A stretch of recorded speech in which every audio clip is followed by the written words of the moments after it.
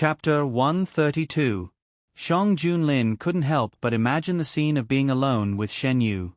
Shen Yu's proposal was too tempting, especially for Shang Junlin, who was still half full. Shen Yu could tell that he was tempted at a glance. She continued, "If your majesty wants to hold a banquet, you can hold it on your majesty's birthday. As for my birthday, let's just leave it to ourselves." "Yu, do you know why I want to hold a banquet for your birthday?" Shang Junlin's eyes darkened. He rubbed the tender skin of Shen Yu's neck with his fingers. "I want to announce to the world that Yu is mine." Before Shen Yu could answer, Shang Junlin had already given his answer. "I've been tied to your majesty for a long time. I'm your majesty's Gui Jun. No one can deny this." Shen Yu tilted her head and rubbed Shang Junlin's hand. Gui Jun.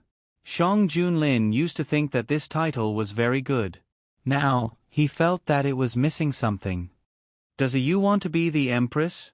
Shang Junlin's tone was calm when he asked this question. It was as if he was asking about an ordinary matter instead of an important matter like the position of the empress. "Why did your majesty suddenly ask about this?" Shen Yu was slightly surprised. "I think the current situation is quite good." Shen Yu wasn't very interested in the position of the empress. "I just think that no one can sit in this position except for Yu." Before Shen Yu entered the palace, Shang Junlin never thought that one day, there would be someone in his life that he couldn't let go of. Seeing that Shen Yu was not interested, Shang Junlin didn't continue this topic. He just silently noted this matter in his heart and waited for the right time to announce it. "Yu doesn't want to hold a big banquet. What about a small banquet?" Although Shang Junlin wanted to spend time with Shen Yu, he didn't want Shen Yu to have any regrets. "Your Majesty, you really don't have to think about these things.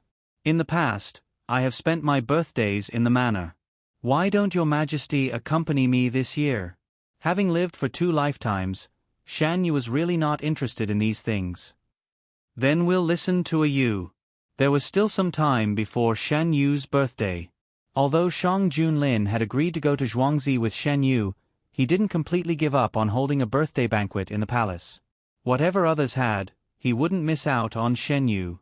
He couldn't participate in Shen Yu's past, but now and in the future, he wouldn't let Shen Yu have any regrets. After a heavy rain, Subei regained its vitality. Feng Jun and Sun Zhao joined forces and slowly stabilized the situation. Because of this rain, the remaining forces left behind by Lord Ho and other officials didn't manage to stir up any trouble, which saved Feng Jun a lot of trouble. With timely prevention and intervention, the drought didn't bring any more serious consequences. The epidemic that everyone was worried about also didn't happen. Before the new officials appointed by the imperial court took office, Feng Jun and the others needed to temporarily stay in Subei to deal with the follow-up matters. It was because of the efforts of Jiang Huiqing and the others that Shang Junlin's reputation among the people was greatly reversed. The stigmas that shouldn't have been placed on him were washed away one by one. The people couldn't help but start to guess who was behind all this. Shen Yu knew that part of it was done by the king of Yu. In addition, there was also a deeply hidden force that had been hovering in the capital for many years. However, this force was about to be found and dealt with by Shang Junlin. With the news announced by Jiang Huiqing and the others, the misunderstandings that the people had about Shang Junlin since he ascended the throne were gradually resolved. This was undoubtedly the situation that the people behind the scenes didn't want to see the most. They had been laying the groundwork for so long in order to arouse the dissatisfaction of the people with the current emperor. Over the years, when they really wanted to do something, this dissatisfaction would play a huge role. "Your Majesty, how long do you think they can endure?" Shen Yu thought that the people behind the scenes couldn't bear it anymore. He didn't expect that after so long, the outside world was still calm. "They don't really dare to do anything now. Perhaps they feel that we don't have conclusive evidence and can't really do anything to them, so they want to hide and wait for this storm to pass." Shang Junlin naturally wouldn't give them a chance to do so. After all the rumors were cleared, Shang Junlin ordered people to spread the rumors among the people and let them guess who did this. At the same time, this matter was brought up during the court session. "These days, we have heard some very interesting words. Tell me, Who is it that has been sparing no effort to smear our deeds in the hearts of the people for so many years? In the great hall, Shang Junlin calmly sat on the dragon throne and calmly voiced the doubts in his heart. His hawk-like eyes swept across the faces of the officials. We didn't care about these false reputations in the past, but we didn't know that in the eyes of the people, we were such an emperor. We killed the innocent, disregarded human life, harmed the loyal, cruel and heartless. With every word Shang Junlin said, the breathing of the people below him became lighter. Of course, they had heard of such rumors. Some officials who didn't know the truth even believed these rumors. After the court announced the deeds of the dead officials, they were ashamed of themselves for believing the rumors so easily. We need to know who is behind this matter. Shang Junlin pointed at a few officials. We will let you handle this matter. If you can't find any useful information, you don't need to stay in this position. Official Feng, who had been silent, felt his heart jump. Coincidentally, the officials that Shang Junlin pointed at were more or less related to him. After the court session, Official Feng ignored the calls of his subordinates and hurriedly got on the carriage to return to his fu. Why is Official Feng in such a hurry today? Official Duan looked at Official Feng's back as he hurriedly left and his brows furrowed even tighter. He and Official Feng entered the cabinet almost at the same time. They had worked together for many years and he had already noticed that something was wrong with Official Feng. Everything that happened outside the hall reached the ears of Shang Junlin and Shen Yu. Shen Yu heard what happened at Shang Junlin's court session and said with a smile, "Your Majesty deliberately let those officials investigate, right?" The Prime Minister complained that they were occupying their positions and not working for a long time.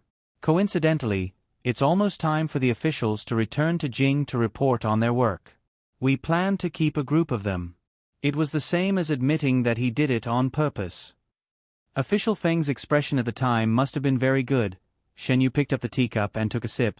When did Your Majesty discover that this matter was related to Official Feng? In reality, we had some candidates in mind from the beginning. The aristocratic families didn't support us out of sincerity. They saw that we didn't have any foundation in the court and were easy to manipulate. Later, they found that we were wrong from the beginning. We weren't easy to manipulate, so they wanted to find another way out. But at that time, we had taken back the land of Dahuan and had military power. Even if they wanted to do something, they wouldn't succeed. We didn't care about the reputation of the people in the past. It was only after a Yu's reminder that we found out that some of the conspiracies against us were set up from the beginning. More than 10 years have passed. The officials of the court have been changed again and again. There are only a few people left. The range of possibilities has narrowed down. Shen Yu pondered. That's right. There are even fewer people who have the ability to do it now. After confirming the suspects, we sent the hidden dragon guards to investigate these people. At first, we didn't find anything. It was only after the rain in Subei that we sent Jiang Huiqing and the others to clear their names that we caught the person. Official Feng knew that he had been too impatient during this period of time. Even though he used the matter of his youngest son as a cover and it was easy to find clues, he couldn't sit still and wait for death. After so many years of planning, it was exposed in one day. How could he be satisfied? When he returned to the Feng residence, he dismissed all the servants and entered the study room alone. The secret compartment was opened and he walked in. After passing through a long tunnel, he came to a small house in the suburbs of the capital. I suspect that I've been exposed. What should I do now? Official Feng stood in the empty study room and said anxiously, I'm working for you. You can't just ignore me. After a while, another person's voice came from the room. Official Feng seems to have misunderstood something. Do you still remember our deal? We helped you enter the cabinet and in exchange, you had to help us a little. Now that you've been exposed because of your own mistake, do you still want us to clean up the mess? Aren't you afraid that I'll expose you? The current emperor is not a gentle person. If he knows about your existence, what do you think he'll do? Official Feng threatened fiercely. If you're obedient, maybe we'll help you keep your bloodline on account of your many years of hard work. If you insist on telling Shang Junlin something, we can't stop you. Official Feng was shocked. He realized that the other party was not afraid of Shang Junlin finding out. Who were they? Why were they so fearless? A thin layer of cold sweat appeared on Master Feng's back. He took a step back and fell into his chair. He suddenly realized that after working for these people for so many years, he knew very little about them. He didn't even know what their identities were. You can't just ignore me. I'm a cabinet minister. Without me, who will provide you with information about the imperial court? Official Feng, why do you think that Shang Junlin will allow you to stay in the imperial court safe and sound after such a thing happened? He has long wanted to take back your position. Do you think he'll let go of such a good opportunity? Official Feng, you'd better take care of yourself. After the mysterious person left, Official Feng sat in the same place for a long time. He knew that he had been abandoned. The blankness on his face was gradually replaced by ruthlessness. He had been in a high position for many years. He was no longer the son of the first wife who was at the mercy of others. He had so many things in his hands. Could he not fight for a way out for himself? Official Feng is already in this position. Why are you still not satisfied? Entering the cabinet was already the highest position in the Great Huan dynasty. Shan Yu couldn't figure out what else Official Feng wanted. Who would complain about having too much power in their hands? Shang Junlin spread out his hands. Even I am not satisfied sometimes. There are very few people like a you who is not greedy for power. Shan Yu smiled. He had also been lost in power and used everything he had to chase after it. Now, he was just tired of it. Official Feng must have realized that he has been exposed. Otherwise, he wouldn't have acted so strangely. I let him know on purpose. If he didn't know that he was in danger, how could he seek help from the person hiding behind him? Step by step, Official Feng did as he thought and went to find the person behind him. He didn't know that the person arranged by Shang Junlin was following him and was brought to the secret stronghold by him. Chapter 133. Shang Junlin's actions were indeed telling Official Feng that he knew there was something wrong with him. Otherwise, he could have done what he did in the beginning and not let anyone notice anything amiss. Unfortunately, Official Feng was already in a panic and did not notice the deliberate nature of this matter. He had the guts to do such a thing, but he did not have the guts to bear the consequences. Official Feng sat on the spot for a while and quietly returned to his residence. He immediately summoned his confidants for a meeting. His confidants knew what he had done. After all, in many situations, it was not convenient for him to appear personally. At this time, it was his confidants who appeared on his behalf. The atmosphere in the study was very tense. His Majesty sent someone who is clearly standing behind this official to investigate this matter. It is very likely that he knows that this matter is related to this official. He wants to use this opportunity to give this official a warning. Tell me, what should this official do?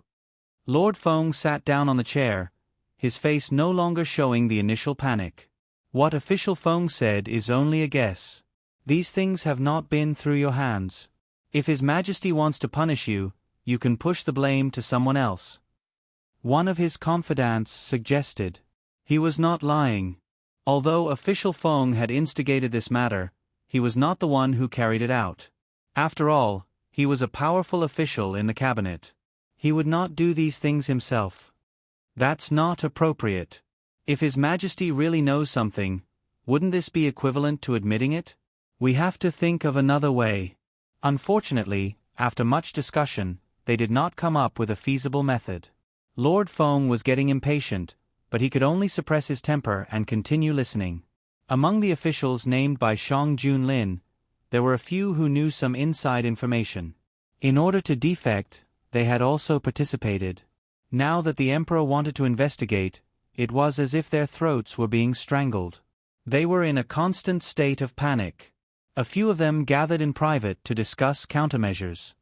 What should we do now? Does Official Feng have any orders? No. Since that day, Official Feng has not received guests. I sent a few invitations, but I was not received. I'm afraid Official Feng can't even protect himself now. As soon as he finished speaking, the surroundings fell into a deathly silence. It wasn't that they hadn't thought of this, it was just that they didn't want to admit it. After being in the imperial court for so many years, they had some understanding of Shang Junlin's style of doing things. This time, it was obvious that Shang Junlin was angry and wanted to investigate thoroughly. Perhaps His Majesty wants us to investigate this matter as a warning to us. Otherwise, with His Majesty's habit of using officials from humble backgrounds, it would be impossible for him to only give the task to the officials from the aristocratic families. It was precisely because they had a faint bad feeling in their hearts that they were so panicked and forced themselves to do things, personally sending themselves into the abyss. They had no choice. Everything proceeded in an orderly manner. The imperial court began to select the officials to be sent to Subei. Although Subei was remote, it was not as unpopular as other remote places. On the contrary, because of the existence of the Subei army, many people had their eyes on that place.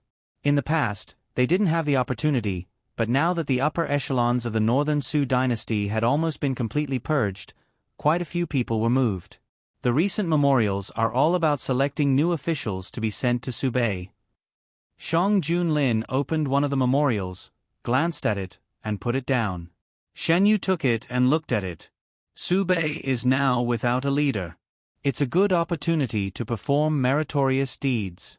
It's not strange that they are being watched. Zhen doesn't want this matter to happen again in Subei. Shang Junlin rubbed the space between his brows.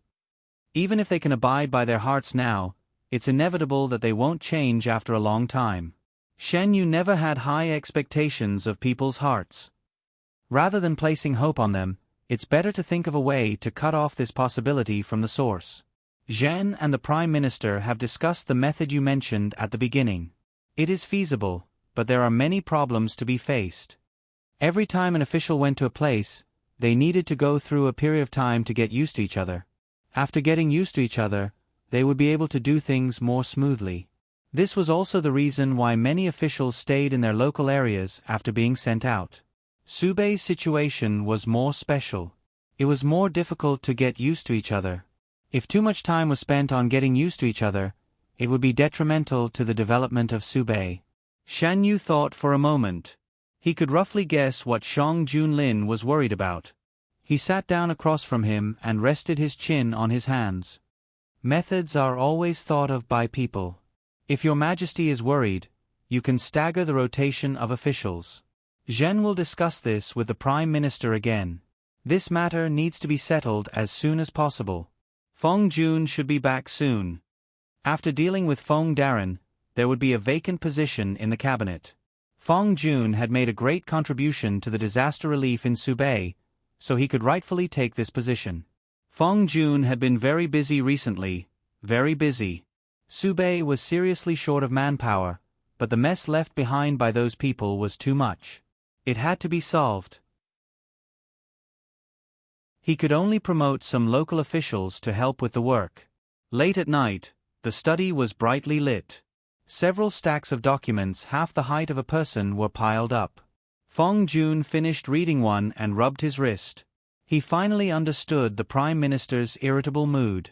Every day, there was an endless amount of documents to deal with. No one could stand it. Did His Majesty say when he will send new officials? After holding it in for a few days, Feng Jun finally couldn't help but ask. Not far away, a masked man wrapped in black clothes sat. The man played with the empty teacup in his hand. Darren, don't worry. The imperial court is already choosing the right people. The masked man was Gu Huai. He also wanted to go back quickly. When he came, he didn't expect that he would stay in Subei for so long. Ever since he was picked up by Imperial Physician Gu, he hadn't been separated from anyone for so long. There will probably be a wait. Feng Jun sighed. This is the first time I've been separated from Madam for so long. I don't know how Madam is doing in the Fu. Because he had a special mission, he couldn't communicate with the capital. Perhaps it was because it was easy to feel emotional in the middle of the night, but he unconsciously talked about the past with Madam. Gu Huai listened in silence, a strange emotion flashing through his eyes.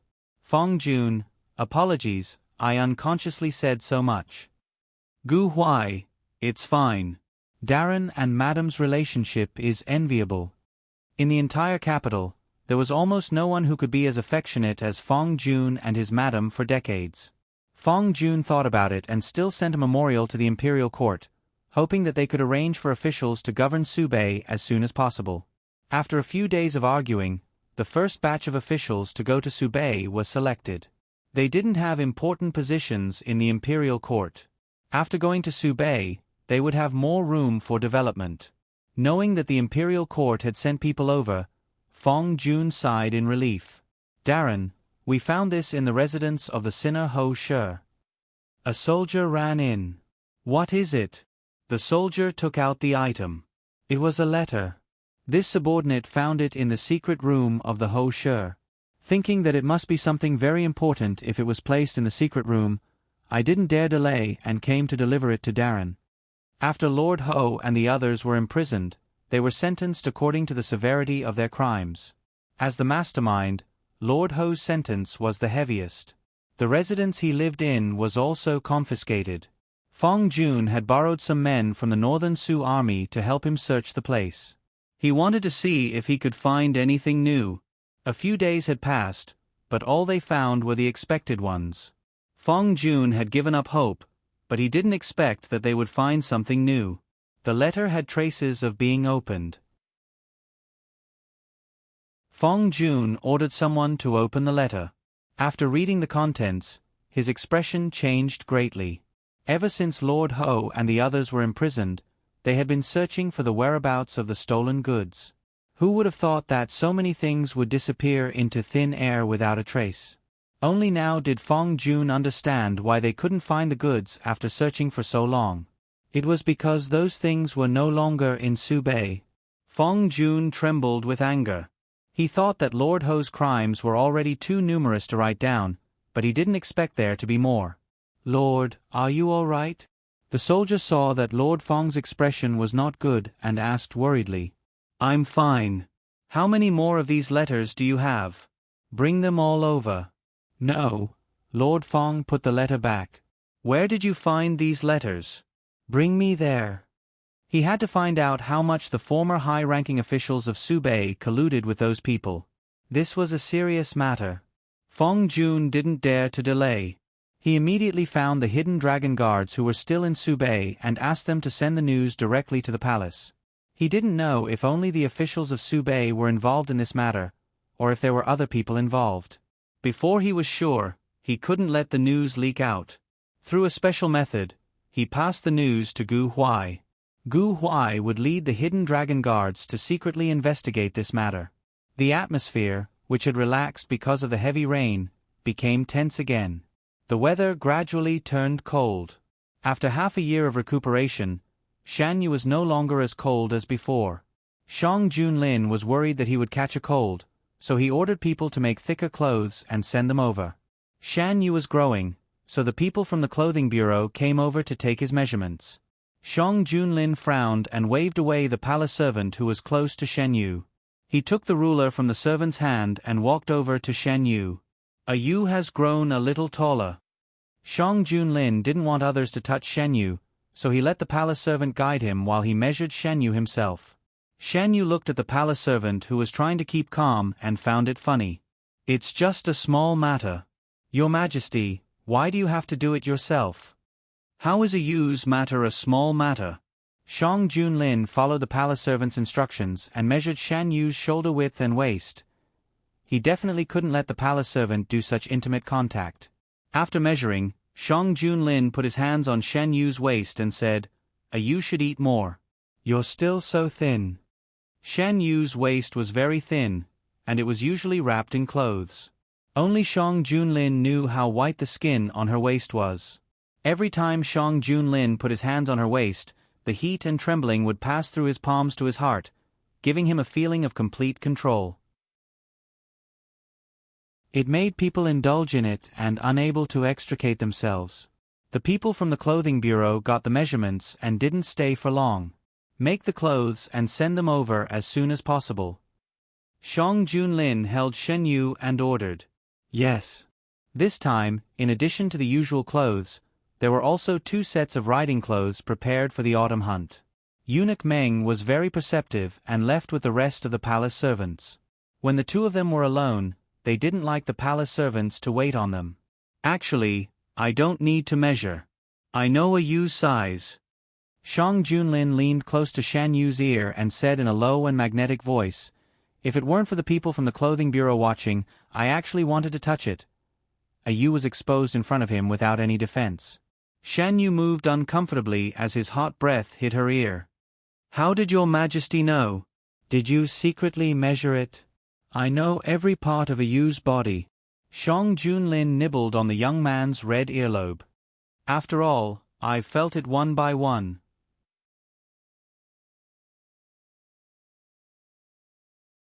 Chapter 134.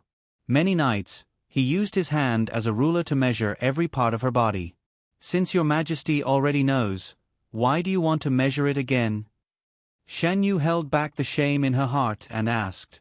"Naturally, it's to get a more accurate measurement. The clothes made for a Yu must fit her perfectly." Shang Junlin would never admit that he deliberately used this opportunity to get close to Shen Yu. It was just to know his lover's measurements more accurately. How could it be considered as playing tricks? "Your Majesty has finished measuring. Shouldn't you let go of me now?" Shan Yu raised her eyebrows and looked at him. Shang Junlin had just hugged her, so how could he let go so easily? "There's no one else in the room. Why should I let go of my Gue Jun?" Not only did Shang Junlin not let go, but he also hugged Xinyu and sat down on the soft couch. "A group of people has been selected to go to Subei. He Chengyu and Jiang Huiqing will leave with this group. As for Feng Jiai, Feng Jun has not returned from Subei yet. I'm not sure if I should let her go with them." Before the handover of the various matters in Subei was completed, Feng Jun had to stay. There were too many areas in Subei that needed to be rectified. Other than Feng Jun, Shang Junlin was not at ease with letting others do it. "Feng Darren will return sooner or later. Your Majesty can ask Miss Feng for her own opinion. If she wants to go, it's good for her to gain experience." Didn't the Prime Minister also say that this little girl is very methodical? Subei needs new blood. After the disaster, there are many things waiting to be done. He Chengyu, Jiang Huiqing, and Feng Jiai each have their own strengths. When they go to Subei, they will be able to play a greater role. As a person who had worked with Jiang Huiqing for many years in his previous life, Shan Yu was very clear about her ability. During this time, he also learned about the other 2 style of doing things through Shang Junlin. It had to be said that letting these 3 go to Subei was the best way for them to grow up quickly. "I will ask the Prime Minister to ask her. If she is willing, she can come along." Turning around, the Prime Minister received a hint from Shang Junlin. He knew that the 3 of them would not be able to work for him all the time. However, knowing that they were about to leave, he could not help but feel a little reluctant. After finishing his business, he asked the 3 of them to stay behind. "What are your views on the matter of Subei?" This wasn't the first time the Prime Minister had asked them about Subei. From the very beginning, they had been transferred to the Prime Minister's side to work for Subei. Every once in a while, the Prime Minister would also ask them about Subei. The 3 of them didn't think about anything else and each gave their own opinion. Not bad. Although the 3 of them had set out from different angles, their goal was the same. Compared to the beginning, their ideas were more comprehensive. The Prime Minister was very satisfied with this. "If I let you go to Subei, do you have the confidence to do what you said?" "Sir, what do you mean?" "I believe you have heard that the Imperial Court will send officials to Subei. This is a very good opportunity. Today, I asked you to stay behind because I wanted to hear your thoughts. Are you willing to go to Subei?" Although this was the first time the Prime Minister had brought up this matter, the 3 of them were not surprised. During this period of time, the Imperial Court had been discussing it. Being in the midst of it, they could naturally feel the undercurrent surging below. "This official is willing." Jiang Huiqing was the first to speak. Immediately after, He Chengyu and Feng Jiai also expressed their willingness. For them, Going to Subei was another shortcut and an unprecedented opportunity. Since you are all willing, then prepare well. The Prime Minister did not ask Fong Jiayi alone. He had already gotten the answer from her eyes. After interacting with her, he had personally experienced that women in the world were not inferior to men. Although Fong Jiayi was a woman, giving her special treatment was a kind of wrong. In the officialdom, everyone should be equal. How far they could go in the end depended on themselves. The next day, the Prime Minister handed a booklet to Shang Junlin. He was very optimistic about Jiang Huiqing and the other two, and most of his words were full of praise. After reading it, Shang Junlin handed the booklet to Shen Yu. I thought he would complain. It was not easy to cultivate a few capable people, but in the blink of an eye, they were all transferred away by me. Isn't Lord Fong coming back? When Lord Fong enters the cabinet, the Prime Minister will not be as busy as he is now. Sun Zhao, Lord Sun, what does your Majesty plan to do? Shen Yu finished reading the booklet and put it aside. I plan to let him take over Fong Jun's original position. He definitely can't continue to stay in Subei. In any case, Sun Zhao had made a great contribution in this matter in Subei. At the same time, he had also formed a lot of hatred with the local forces in Subei. No matter from which perspective, Shang Junlin could not let Sun Zhao stay there. Is there any other news from Subei during this period of time? Fong Jun sent a lot. Take a look at this booklet. Shang Junlin took out a booklet and handed it to Shen Yu. Shen Yu took it and read it. He smiled and said, Lord Fong has begun to urge you. Your Majesty should act quickly. This booklet was written very interestingly. It did not say anything about how hard it was for him. It only said from another perspective that he missed his family and tactfully reminded the imperial court that it was time to send someone over. The imperial court indeed quarreled over this matter for a few days. In the end, Shang Junlin forcefully intervened and finally decided on the final candidate. As for Jiang Huiqing and the other two, the ministers did not have much opinion. They already knew that Shang Junlin would train this year's top 3. Even if they objected, it would only make the emperor unhappy. If they had the time, it would be better to find a way to arrange for more of their own people to go over. After the morning court discussion, everything was settled. Jiang Huiqing and the other two were the most junior in this group of people, but no one saw them clearly because of this. Those who could be officials in the imperial court had basic discerning eyes. From various signs, it was obvious that the emperor wanted to put these 3 people in important positions. At present, these 3 people did not have any conflict of interest with the other ministers. Of course, it was best to be on good terms with them. In the end, Fong Jiayi was a woman, so it was inconvenient. In the following days, He Chengyu and Jiang Huiqing received a lot of invitations. I haven't been to the north yet. I don't know what Subei is like. Jiang Huiqing had only seen descriptions of Subei in books. He was very curious about this place that he was about to arrive at. It's raining in Subei, and the weather is gradually turning cold. When we get there, it should not be much different from the capital. I originally thought that after a few years, I would have to work separately from Brother Chengyu. I didn't expect that His Majesty would send us to Subei together.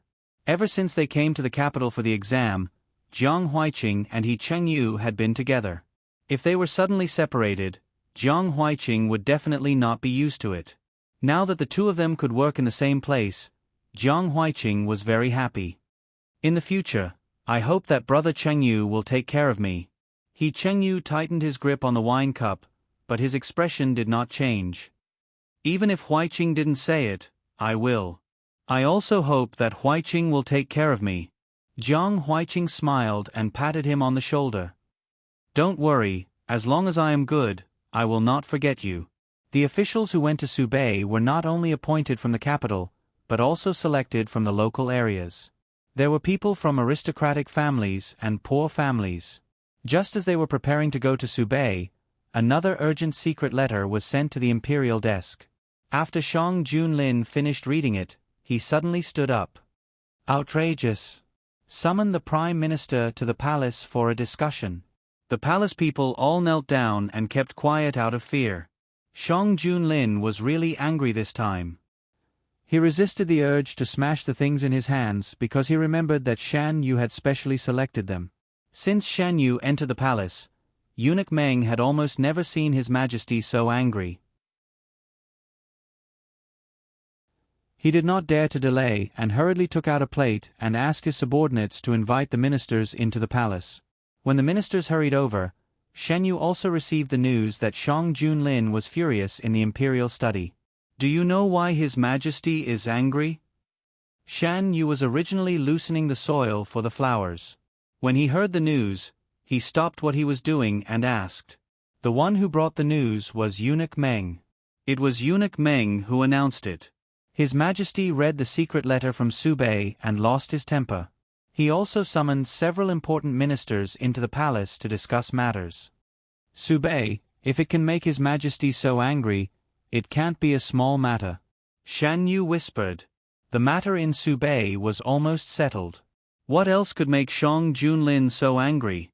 Shan Yu went through the matter in Subei from beginning to end and vaguely found some key points. But, were those people in Subei really so bold? When Shang Junlin came back in the evening, there was no anger on his face, but it was not difficult to see that the man was in a bad mood. You, come over and let me hug you. Shen Yu walked over. Who made His Majesty unhappy? The matter in Subei. I didn't expect them to be so bold. Before they did these things, didn't they know what the consequences of their actions would be? Shang Junlin hugged Shen Yu in his arms and sat on the soft couch. Meng Chong, give the secret letter to His Majesty.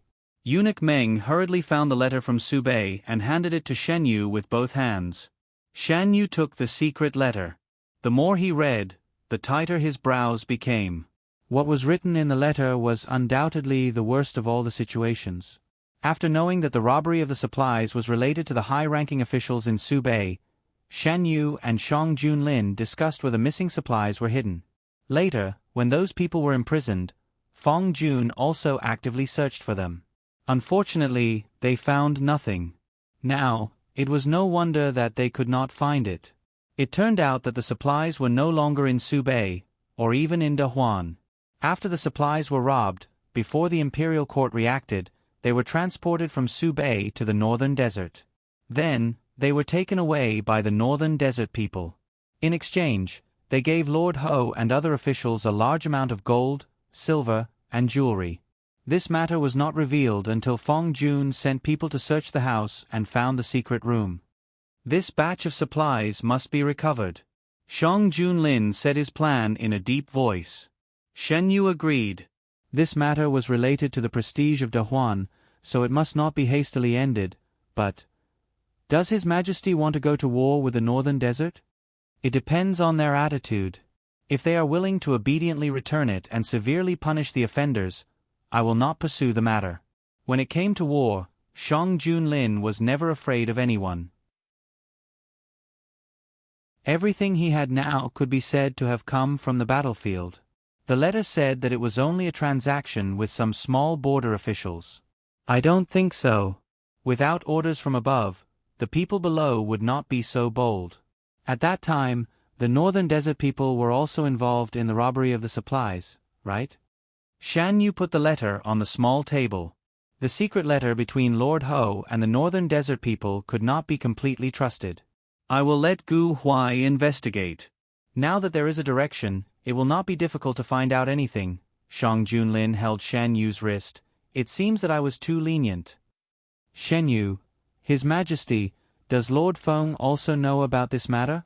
As one of the cabinet ministers, if Lord Feng was also involved, this matter would be troublesome.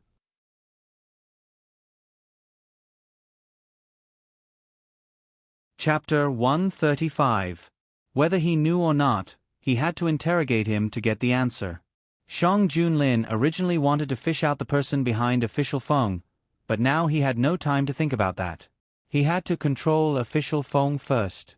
At the same time, he sent an urgent message to Subei. Fortunately, Fong Jun was in charge of Subei and Gu Huai's hidden dragon guards were there. It was not difficult to investigate this matter. Along with Fong Jun's message, there were also all the letters that Lord Ho and the others exchanged with the Northern Desert. Shang Junlin had already read them once, and had also shown them to the Prime Minister and the others.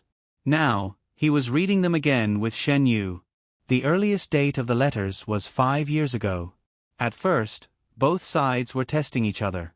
Gradually, the Northern Desert gave more and more benefits, and their attitude became more and more relaxed. A year later, the two sides conspired for the first time. It was not a big deal and almost no one found out. After the first time, Official Ho and the others got a lot of benefits. Later on, there were several more such benefits. They were all small things that could be easily covered up even if they were found out. They just had to help and say something, and they could get a lot of benefits. Who wouldn't be tempted? Gradually, the two sides were no longer satisfied with the small deals at the beginning. The success of the first few times gave Official Ho and the others more courage, and they did more and more things. But because both sides were cautious, and almost all the senior officials in Subei were Official Ho's men, and because the Dahuan people and the Northern Desert people were natural enemies, the two sides secretly conspired for many years without being found out. At first, the Northern Desert people asked Official Ho and the others to do some small things. Later on, they became bolder and their ambitions were exposed. Shan Yu pinched one of the secret letters, his eyes cold. For example, in this letter, the Northern Desert people said that they would pretend to attack Subei and let the Subei army move out. Then they would pretend to be defeated and give the Subei army a big credit. The general leading the Subei army seemed to have surrendered to Official Ho, but in fact, he was on the Northern Desert people's side. Of course, the plan didn't succeed this time. Coincidentally, the Northern Sioux army was undergoing internal reforms at that time. The team that was sent wasn't the original one, and the one who received the military merit wasn't the original one. After this incident, the Northern Desert stopped for a period of time. They no longer dared to have any ideas about the Northern Desert Army. The Northern Desert Army had once given them nightmares.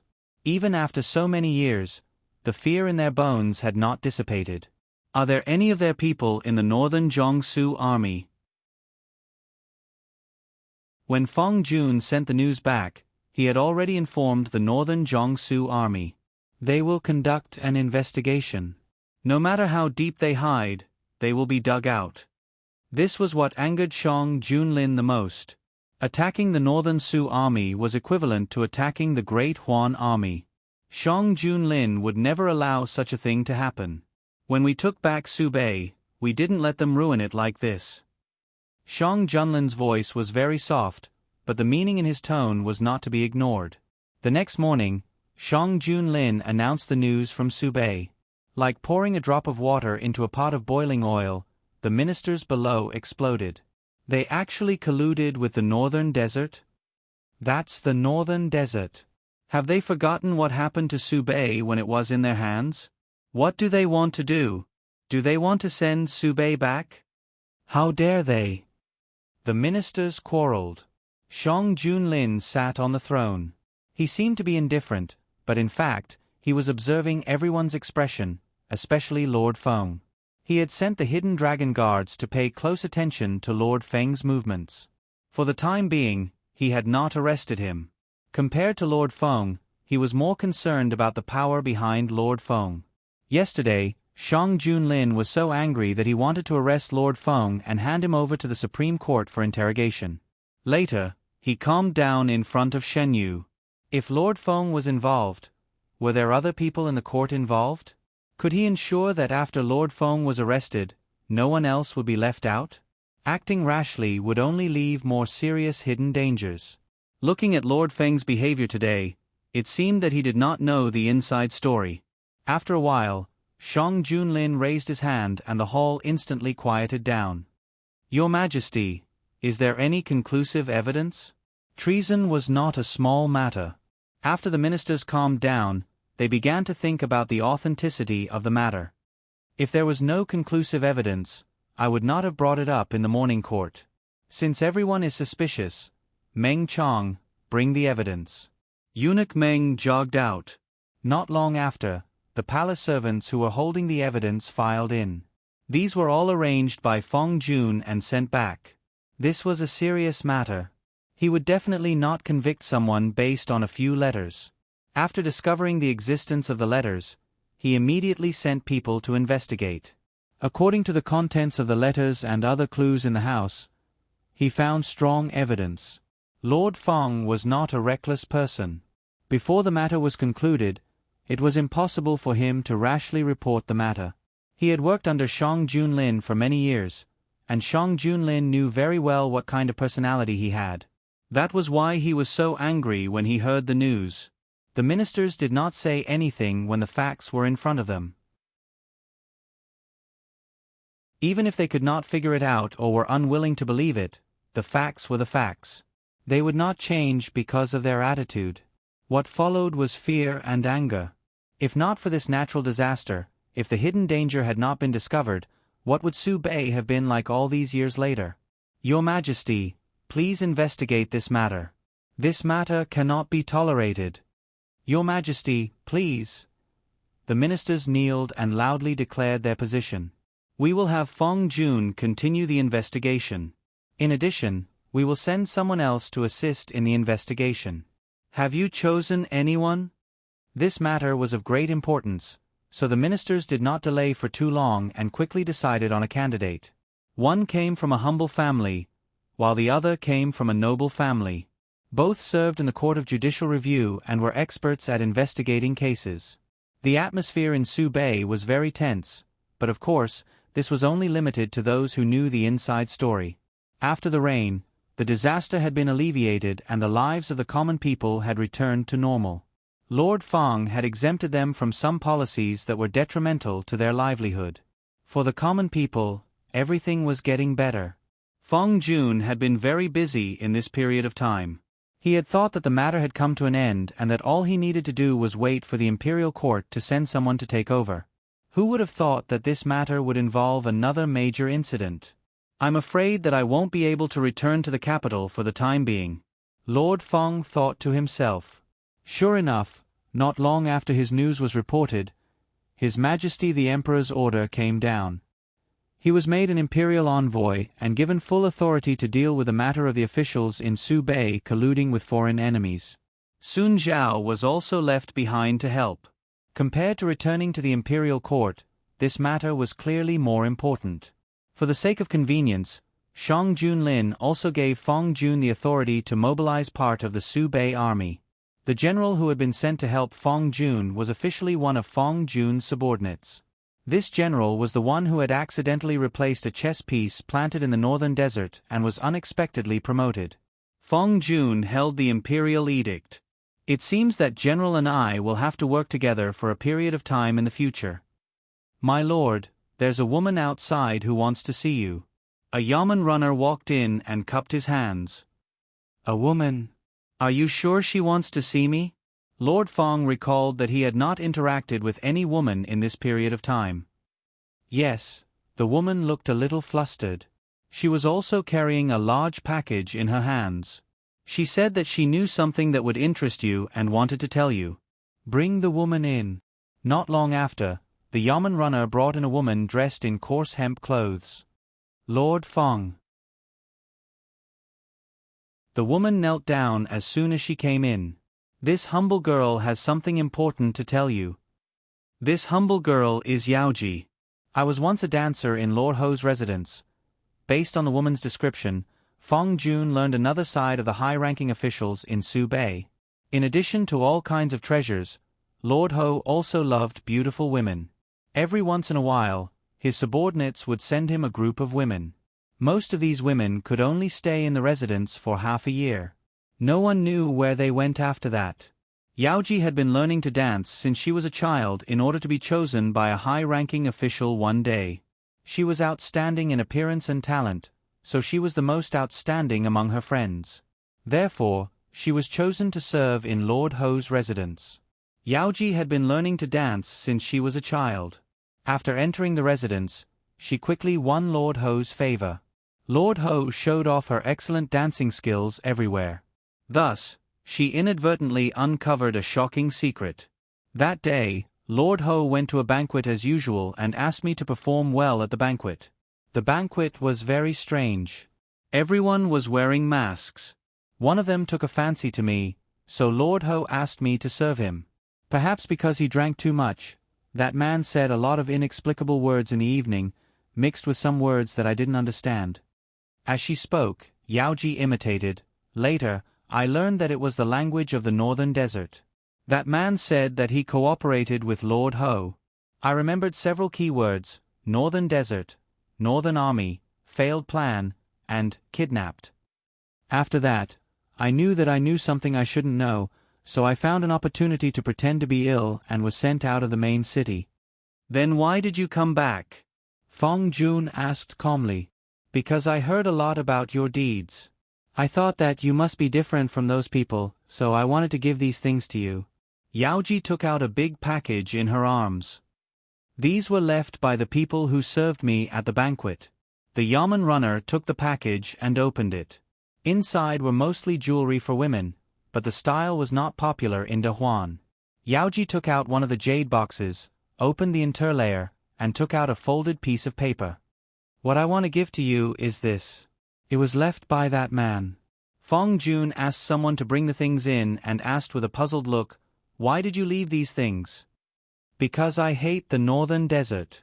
After I knew that man was from the northern desert, I wanted to find a chance to expose this matter. Yaoji smiled bitterly. I know that I'm not powerful enough. After leaving the main city, I wanted to leave Subei and go all the way south to the capital. Later, I heard about your deeds from many people, so I wanted to give these things to you. From the information I learned, the northern desert people have been in Subei for a long time.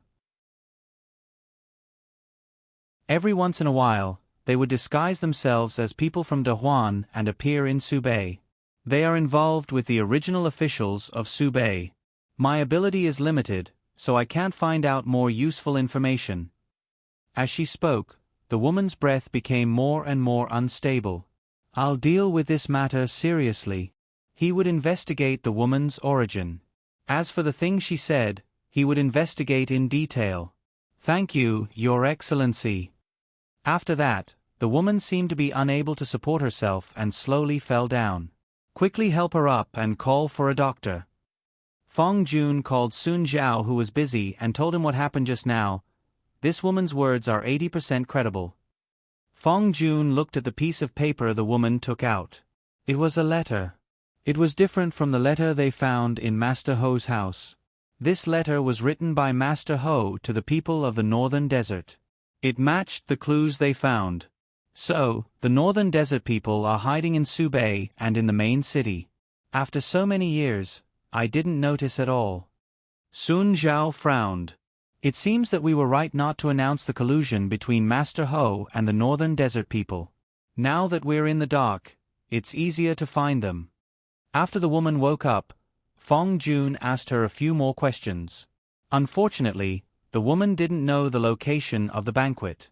When we went there, we were all blindfolded and sat in an airtight carriage. We only knew that it was a big house with gorgeous decorations. After we went there, our range of activities was limited. Except for dancing at the banquet, we could only move around in a small courtyard. When we left, it was the same as when we went there. The woman told him all she knew. Fong Jun saw that he couldn't get any more information and left. Fong Jun naturally had to report such a big matter to the emperor as soon as possible. No matter whether the northern desert people had roots in Subei or not, they had to pay attention to this matter. When Shang Junlin received the news, the officials sent to Subei were already on their way. Without Zhang Huiqing and the other two to help, the prime minister was as busy as before. Because of Fong Jun's absence, he was even busier than before. When Shang Junlin talked to Shen Yu about this matter, there was a smile on his face, but the smile didn't reach his eyes. So, the northern desert people have already infiltrated Subei? Shen Yu picked up a piece of snack and fed it to Shang Junlin. In fact, it's not strange if you think about it. If they didn't enter Subei, how could they have a relationship with the former upper-level officials? Shang Junlin sucked the snack in Shen Yu's hand and Shen Yu's finger. He took a bite and let go. Yu is right. Since you've come to Subei, don't think about going back. Those who offend Dahuan must pay the price.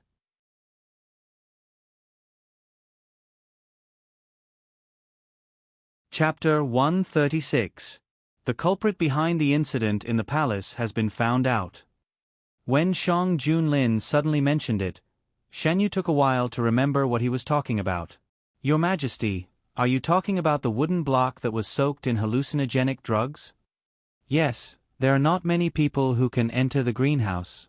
Meng Chong ordered people to guard the greenhouse for a few days and found a few suspects. After interrogating them, we got the results yesterday. There was a special place in the palace that dealt with palace servants. When palace servants committed crimes, they would usually be sent there.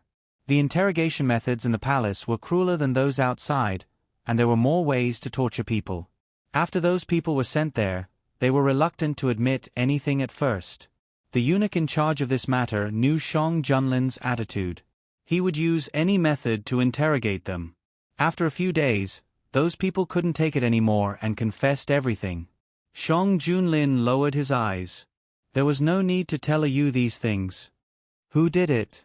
Shen Yu wasn't interested in how he got the answers. What's the motive of the person behind this? If he really wanted to harm me, he wouldn't have succeeded with such little means. Besides, how did he know that I would go to see the flowers sent by Prince N? Yu's guess is right.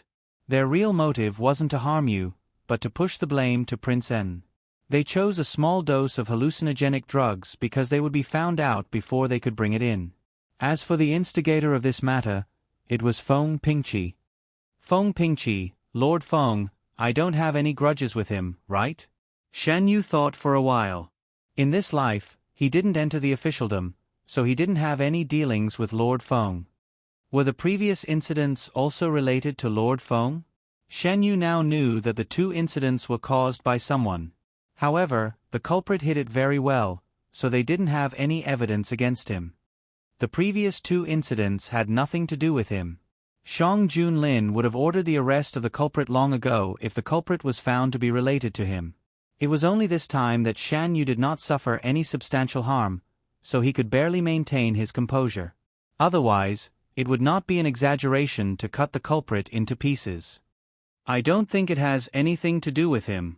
No matter how strong the Feng family is, it's impossible for them to not give themselves away in front of Her Majesty. Shan Yu was not surprised by this result. Why did he do that? We couldn't get anything out of the palace maid. This palace maid had received Feng Pingqi's favor before she entered the palace. Feng Pingqi threatened her to help this time, so she had no choice but to listen. Speaking of this person, Shang Junlin's tone was very cold. No matter whether that person was willing or forced, it was an undeniable fact that he had caused harm to Shen Yu. Since he had done something wrong, he should bear the corresponding consequences. His Majesty said that there is a mysterious force behind Lord Feng. Could all these be related to this force?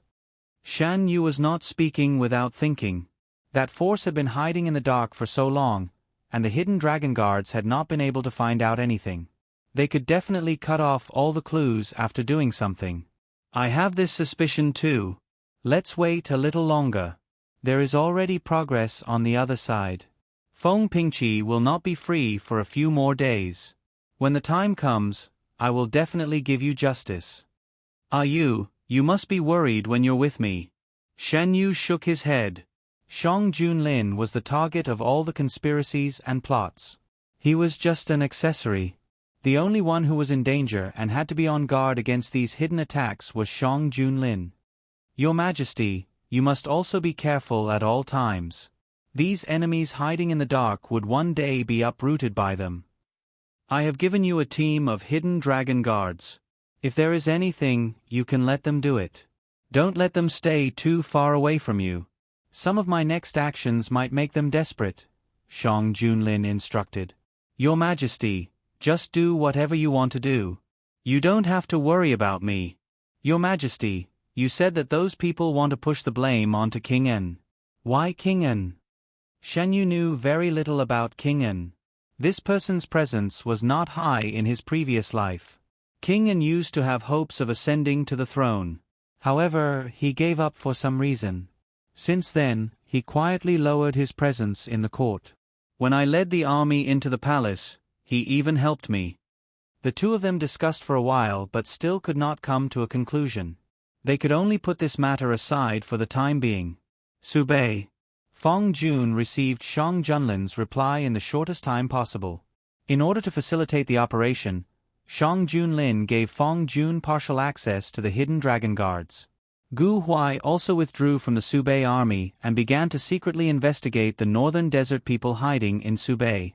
Yaoji rested for a few days and felt better. She volunteered to help. I am one of the participants. I can help you. Yaoji was very nervous when she said this. The prejudice against women was engraved in the bones. She really wanted to help, but she was also afraid that she would be excluded because of her identity. Then you can come with us. We will have to trouble you for the rest of the work. Fong Jun's daughter was an official in the court. He naturally had no prejudice against women. Seeing this, the junior official subconsciously wanted to say that it was not appropriate. Yaoji was not only a woman, but also a dancer. It was inappropriate for her to work with them. Fong Jun glanced at them and knew what they wanted to say. He calmly interrupted them. Yaoji knows more than you and me. It will be more convenient with her help. I know what you are thinking. However, this is a critical period. Finding those people is more important than anything else. Put away what you should not think and work with peace of mind. Ashamed by Fong Jun's words, the junior officials bowed their heads and admitted their mistake. Sir, you are right. It was undeniable that Yaoji was indeed beautiful. When she revealed her true appearance, many people were stunned. Knowing that her appearance would attract a lot of attention and bring unnecessary trouble, she disguised herself for the rest of the time. Yaoji was a very meticulous person. She could get more useful clues by following the clues. With her help, things went smoothly. A few days later, the officials sent by the imperial court to Subei successfully arrived. Fong Jun led people to greet them and was surprised to see his daughter. Fong Jiai was not supposed to come at this time. Xiong Junlin planned to let the father and daughter reunite in the capital before sending Fong Jiai to Subei. However, the plan could not keep up with the changes. Subei needed a lot of manpower. Fong Jiai volunteered, so Xiong Junlin simply packed the three of them and sent them over. Fong Jun's expression only changed for a moment. Other than Sun Zhao, who was familiar with him because of their work together, no one else noticed the slight change in his expression. After arranging the new officials, Fong Jun returned to his study. Sun Zhao followed him and asked, Sir, your expression was not right just now. Is there a problem with the selection of officials? No, I just saw an unexpected person. The list of officials who would be sent over was first sent to Subei. Fong Jun had a rough idea of who would come. Coincidentally, Fong Jiai's name was not on the list. Sir, are you talking about those particularly young ones? It is said that His Majesty sent them over to increase their seniority. Sun Zhao had no objection to this, as long as the officials sent over could do their jobs well. His Majesty did not tell me in advance. Fong Jun face-bombed. Even if His Majesty had told him in advance, he would not have stopped it, right? In the blink of an eye, Fong Jun received a letter from the imperial court. Xiong Junlin explained why Fong Jiai and the other two's names were not on the list. It was because the three of them should not have come at this time. Fong Jun arranged a small banquet to welcome the officials who were going to work in Subei from afar. At the same time, it was also to let them familiarize themselves with the local officials in Subei. Fong Jiai drank some wine and walked out of the hall. Subei was completely different from the capital. Only the bright moon in the night sky was the same as in the capital. Come out. Why are you following me? Fong Jiai suddenly spoke after standing for a while. Sir, are you also here for Miss? Yaoji walked out from behind the pillar, her eyes flickering. As you can see, Fong Jiai opened her arms generously. Sir, you are really amazing. Yaoji's eyes were full of envy. Has the imperial court allowed women to be officials now? You don't know? Fong Jiai was surprised. This matter had caused quite a stir back then. Logically speaking, everyone who should know should have known. Feng Jiari had heard about this woman from her colleagues. She admired such a woman. Since she had nothing else to do, she invited her to sit at the stone table in the courtyard and began to talk. Unconsciously, they talked about the most important matter at hand. In fact, when I came to find Sir Feng, I was prepared for failure. I didn't expect Sir Feng to take what I said seriously and make an exception to let me participate. My life's wish is to catch these northern desert people and find the whereabouts of the other missing women. Whatever you wish in your heart will come true. Feng Jiai pondered. When the relief materials were sent to the northern desert, would some of the missing women be in the northern desert? With the addition of new officials, the pressure on Feng Jun and Sun Zhao was greatly reduced. After delegating the matters in the northern desert to the new officials, they focused most of their attention on catching the northern desert people hiding in the northern desert. Under the seemingly calm surface, there was a turbulent undercurrent. The northern desert was like this, and so was the capital. Sir Feng realized that he was being watched. He did not know when it started, but no matter what he did, there would always be a pair of eyes following him like a shadow. After enduring for a few days, Sir Feng once again contacted the mysterious force. The hidden dragon guards were waiting for this opportunity. They quietly followed him. Everything was ready. It was time to close the net. When Shang Junlin received the report from the hidden dragon guards, it was night time. Shang Junlin looked at the young man who was sleeping soundly in his arms and gently sat up. The leader of the hidden dragon guards knelt outside the room. Shang Junlin put on his clothes and walked out. "Master, we have caught the person." Shang Junlin looked behind the screen and said, "Let's talk outside." The heat source beside him disappeared. Shen Yu woke up from his deep sleep and opened his eyes in a daze. He looked around the room but could not find Shang Junlin. There was a faint sound coming from outside the room. It was dark and he could not hear it clearly. For a moment, Shen Yu felt that he was still in a dream. Not long later, Shang Junlin walked in with a cold aura. He realized that the young man was sitting on the bed in a daze. He quickly walked to the bedside and covered the young man with a blanket. "Did I wake you up?" "Where did you go, Your Majesty?" Shan Yu was still in a daze. Shang Junlin knew that the young man was not fully awake. He hugged the young man and lay down. "I went out to talk to you about something. There's nothing else. Go back to sleep." Shan Yu, who was in a semi-conscious state, was very soft. It was completely different from usual. Shang Junlin loved the way he usually behaved. He also liked the other side of him that he occasionally revealed. He looked very easy to bully.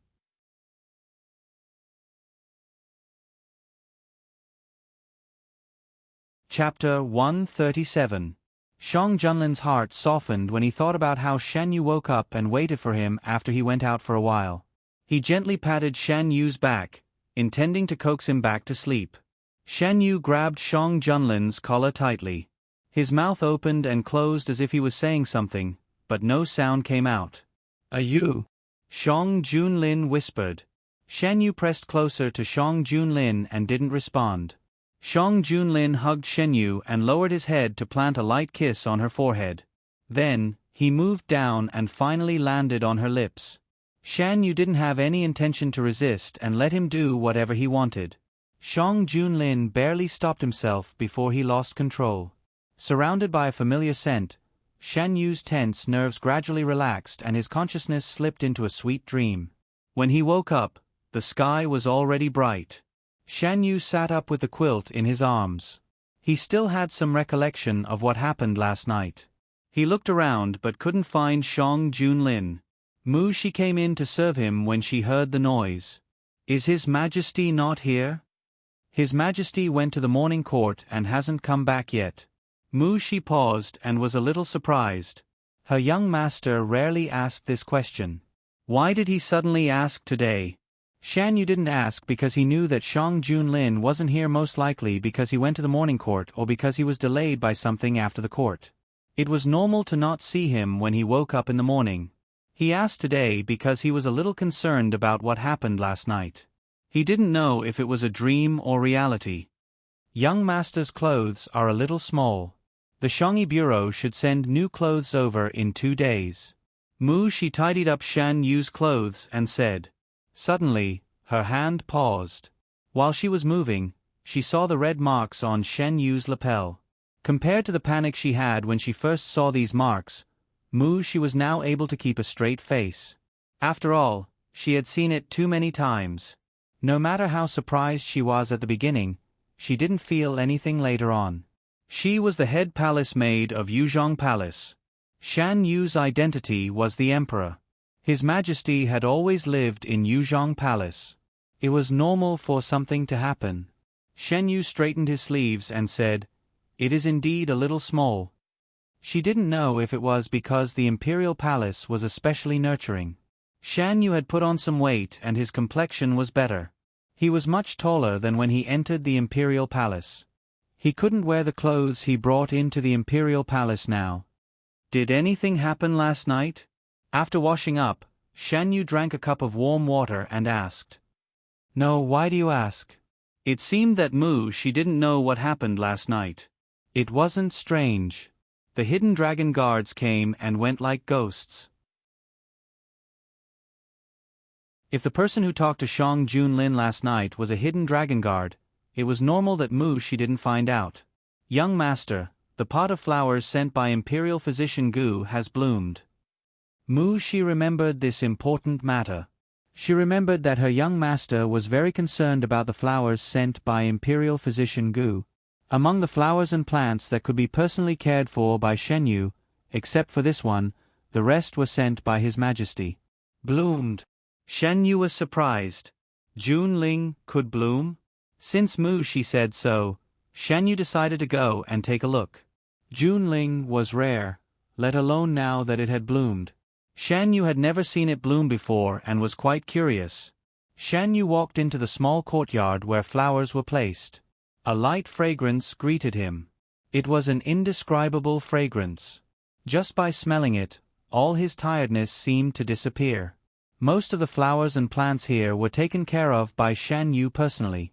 He was sure that before this fragrance appeared, he didn't have such a feeling when he walked into the courtyard. He turned to look at the other palace maids and saw that they all looked relaxed. Shan Yu walked in. Junling was placed on the shelf on the left. At this moment, there were a few light green flower buds in the middle of the delicate branches and leaves. How long has it been since the flower buds bloomed? Shan Yu didn't see the flower buds the last time he was here. I found them last night. At that time, Shang Junlin was present and ordered that no one should enter the room to disturb them. Mu Shi didn't say anything. Shan Yu walked closer to observe. The flower buds were very small. Each flower was only the size of a pinky finger.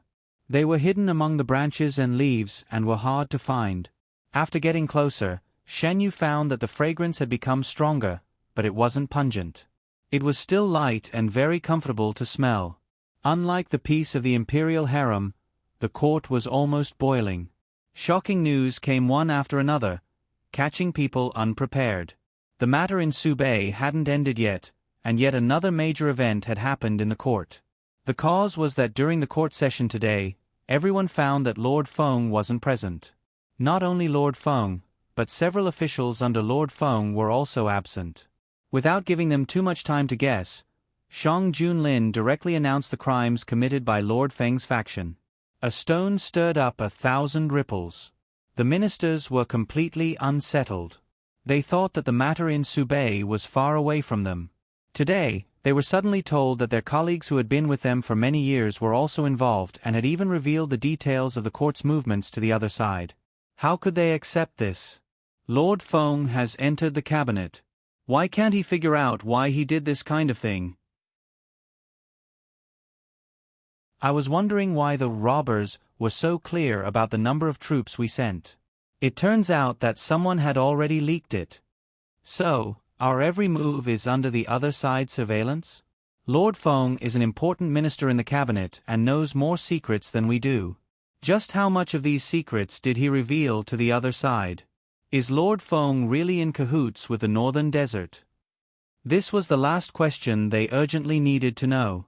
If Lord Feng really was in cahoots with the Northern Desert, they had to prepare early. This matter will be handled by the Prime Minister and the Ministry of Justice. We want a result as soon as possible. It wasn't just Shang Junlin. The other ministers also wanted a result as soon as possible. The officials who were usually close to Lord Feng's faction paled. Shang Junlin's move was truly too sudden. Without giving anyone any time to react, the aristocratic families lost a third of their positions in the cabinet. Lord Duan was so angry that he was trembling. He had sensed that something was wrong with Lord Feng during this period of time, but he had never imagined that Lord Feng would be so bold as to commit such a crime.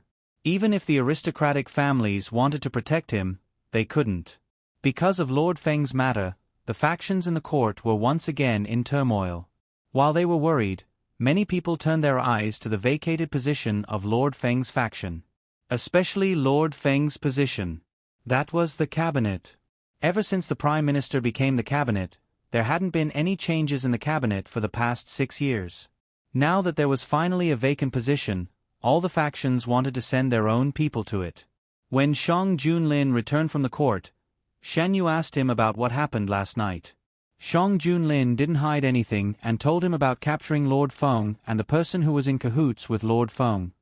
Your Majesty, why did you take action directly this time?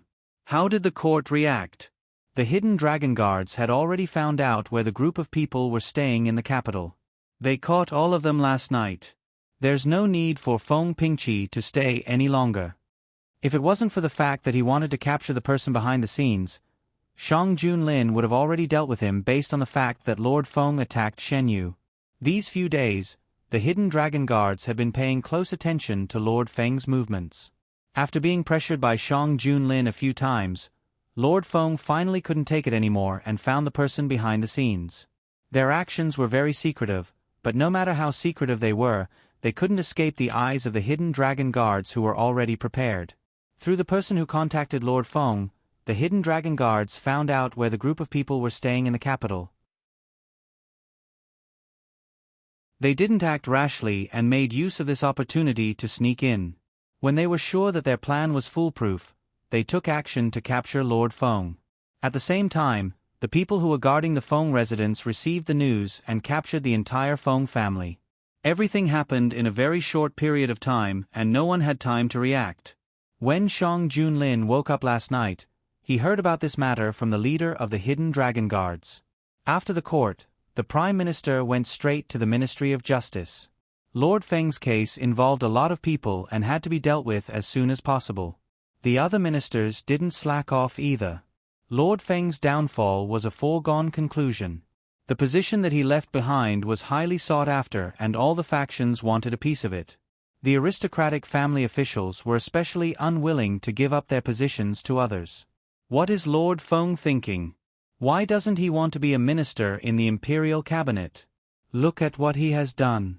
He colluded with the people in Subei to steal the relief supplies and open the door for the northern desert. He even poisoned Shen Guijun. Why did he provoke Shen Guijun for no reason? Everyone knew that Shen Guijun was the Emperor's reverse scale. Anyone who touched him would die. There was no turning back for anything that Lord Feng had done. No wonder we didn't receive any reports from Subei that were related to the disaster. It wasn't just the higher-ups in Subei who didn't let us know. The ministers in the imperial cabinet also didn't want the imperial court to know about this. Shan Yu looked at the reports from the Ministry of Justice and laughed coldly. Subei was suffering from a drought. Other than the officials in the main city, the local officials could also ask the imperial court for help. Without exception, all these reports disappeared. Shan Yu had been thinking about how the people in Subei had blocked all the news. It was because there was a spy in the imperial court. Because Shang Junlin didn't have a deep foundation in the imperial court in the early years, the imperial cabinet had a lot of power. Even now, the imperial cabinet could still fight against the imperial power. As an important minister in the imperial court, Lord Feng had been in the imperial court for many years. It was not difficult for him to hide the news of Subei. Did he collude with the people of the northern desert? Shan Yu was more concerned about this than anything else. The Ministry of Justice said that when they told Feng Pingqi that the people in Subei had colluded with the Northern Desert, the surprised expression on Feng Pingqi's face didn't seem fake. He also refused to admit that he had colluded with the Northern Desert. Perhaps he knew that there was no hope for him to reverse the case, so he confessed very clearly what he had done all these years, Shang Junlin said. Isn't it because the power behind him was also arrested?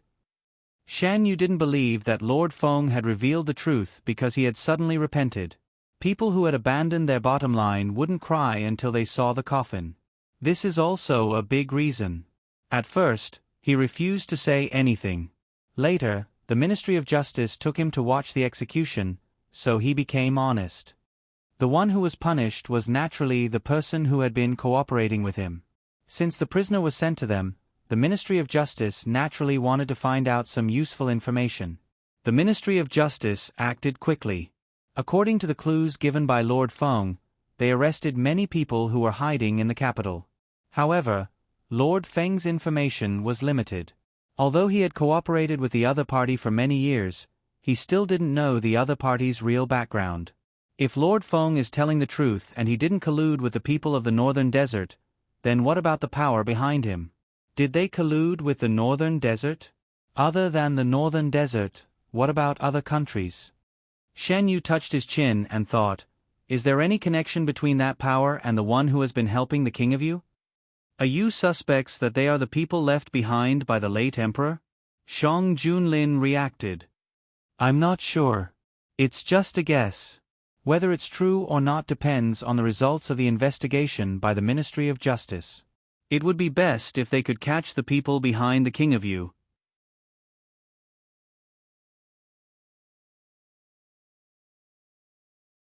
Chapter 138.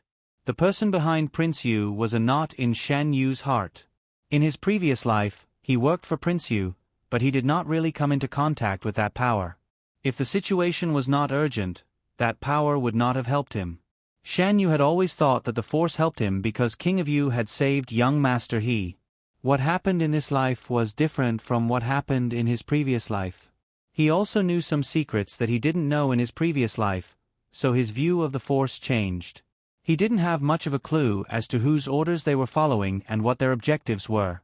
Shang Junlin stroked Shan Yu's wrist. I have always asked the hidden dragon guards to investigate Prince Yu. I also took the opportunity to find out more about Prince Yu's fief. Speaking of which, the person who gave Prince Yu the proverb has been caught. Shan Yu's thoughts were immediately pulled back. Your Majesty, are you talking about the person who asked Prince Yu to get close to me and Shen Qingran? That's right. The hidden dragon guards have secretly brought that person to the capital. He should arrive in a few days. Shang Junlin's tone was as cold as before when he mentioned that person. Your Majesty, don't forget to bring me to see him. Shan Yu was very concerned about whether the proverb was true or not and why the other party said such words. I won't forget. Shang Junlin held Shan Yu's hand and kissed it. No matter what, a Yu can only be mine. Shang Junlin did not care about the proverb, whoever gets the Shen family will get the world. All he wanted was Shen Yu. Of course. Shen Yu took the opportunity to hug Shang Junlin's neck and looked up. Your Majesty can only be mine. Shang Junlin's eyes darkened. He held the back of Shan Yu's head and pulled him towards himself. Then, he leaned forward and kissed him. He also loved a Yu, who was showing his possessiveness to him. The imperial palace was warm and quiet, but the front court had stirred up quite a few waves. After announcing Lord Feng's crimes, Shang Junlin dismissed all the officials involved and sent them to prison. No matter how much these people participated, it was impossible for them to return to their original positions in this lifetime. This matter involved a lot of people. If an official was dismissed, then an official position would be vacated. With the loss of Lord Feng's bloodline in the imperial court, the originally stable situation was suddenly broken. Everyone wanted a share of the spoils. Official Feng had been in the court for many years and had many officials working under him. Among them, there was no lack of third-rank and second-rank officials. Now that these officials had been stripped of their positions and Shang Junlin had not immediately appointed new officials, both the aristocratic families and the commoners had their eyes on these officials. During the morning court, some officials suggested that Shang Junlin should appoint new officials as soon as possible. Although it would not affect the operation of the imperial court, as long as the imperial court was not stable, it would be easy to cause more trouble. Shang Junlin also knew this. He had some candidates in mind. After gathering a few important officials to discuss, some of the positions welcomed new owners. Among these officials, there were people from aristocratic families and commoners. Once again, the two sides reached a delicate balance. Except for official Feng's original position, it was always empty. This position was originally held by an official from an aristocratic family. Because of this, the aristocratic families had been steadily suppressing the commoners. Now that there was only one official from an aristocratic family left in the imperial court, the aristocratic family's power was greatly weakened. In addition, Shang Junlin had promoted many new people. Most of these people had been sent out after the imperial examinations and had just returned to the capital. With their addition, the original power in the imperial court had been greatly affected. This time, Your Majesty is the biggest winner. Shang Junlin did not hide anything from Shen Yu. When Shen Yu saw that Shang Junlin had completed his plan ahead of time, he could not help but feel happy. Actually, I never thought that Feng Pingqi would do such a thing. Official Feng had done a lot of things. Just one of them was enough to kill all 9 generations of his family. Not to mention that he had done so many things in a row. The Feng family, which had been hovering in the capital for many years, had completely withdrawn from the stage of Dehuan because of him. It was almost impossible for them to rise again. Shang Junlin would not give them this chance. The other aristocratic families would not give them this chance. Official Feng was really reckless this time. The influential people of the aristocratic families in the capital gathered together to discuss what to do next. Not only did he lose himself and the Feng family, but he also implicated us. Now that the imperial court is empty, His Majesty has no intention of letting anyone into the imperial court. In my opinion, we have recommended so many candidates, but His Majesty did not agree. His meaning is already very clear. I'm afraid that His Majesty already has a candidate in mind. As long as Feng Jun does not return, the imperial court will be empty. To be able to get to where they were today, none of the people present were stupid. They had already arranged for people to fill the other positions. Only the imperial court did not agree. If it was not because they were not satisfied with the current ministers, then it was because they already had candidates. All signs showed that the latter was more likely. His Majesty has long wanted to move the imperial court. If it were not for the fact that he did not have a chance, do you think he would let the aristocratic families ride on his head for so long? We all know what kind of character His Majesty is. Previously, regarding the matter of women entering the imperial court as officials, even if official Feng and official Duan did not agree, His Majesty could still use other ways to force you to agree. Then what can we do? Are we just going to watch this position be taken by others? What else can we do? The Feng family is very powerful. Before this incident, many aristocratic families were on good terms with them. Right now, they don't even have enough time to worry about themselves. How can they have the heart to resist His Majesty? As soon as these words came out, the room fell into a short silence. Not to mention others, their own families were on good terms with the Feng family. They were afraid that they would accidentally be implicated. It was enough to protect themselves from being punished. How could they have the heart to do anything else? It's all thanks to the Feng family's influence that we were able to easily achieve our goal this time. In the afternoon, Shang Junlin and Shen Yu were resting in the pavilion. When they talked about the matters of the imperial court, Shang Junlin spoke up. His Majesty is in a fit of anger. Who dares to provoke him at this time? Shen Yu chuckled. If they are willing to settle down, it will make it easier for His Majesty to act. Compared to the uncertain ownership of power, these aristocratic families obviously valued themselves more. The Ministry of Justice found out a lot of things, but Feng Pingqi refused to admit that he was in cahoots with the foreign enemy. No matter how they tortured him, He insisted that he did not know about it. Shang Junlin rubbed the teacup in his hand, his eyes unreadable. Does His Majesty believe his words? Has official Feng always been involved with the Northern Sioux, or only this matter? Shan Yu asked. This matter is not a matter of whether Zhen believes it or not. Zhen needs a definite answer. If he really was in cahoots with the Northern MO, the imperial court would have to prepare early. Shang Junlin did not tell Shen Yu that because official Feng had schemed against Shen Yu, he was given special care in the Ministry of Justice. The possibility of him lying was not high, but even if there was only a 1 in 10,000 chance of him lying, it could not happen. The Northern MO and the Great Huan dynasty had been enemies for a long time. If they really knew the Great Huan dynasty like the back of their hand, the consequences would be unimaginable. The imperial court's movements were not small. The people of Jing also sensed something. Their expressions were not as relaxed as before. After official Feng and the others were arrested, the imperial court learned about the matter of the Northern Sioux officials being in cahoots with a foreign enemy. God damn it, the ones who stole the relief supplies were not bandits, but the high-ranking officials of the Northern Sioux? What do they want to do? If it weren't for His Majesty, the Northern Sioux might not have been able to return to the Great Huan dynasty. Those officials were born and raised in the Great Huan dynasty. Don't they know what the situation was like when the Northern Sioux was invaded? How could they not know? They just don't want to care about the lives of the people. Otherwise, why would they try so hard to hide the drought in the Northern Sioux region? They only care about their own enjoyment. They really are worthless. Directly killing them is letting them off too easily. If it were up to me, these traitors should be hacked to pieces. No wonder it rained on the day they were executed. Even the heavens couldn't stand it.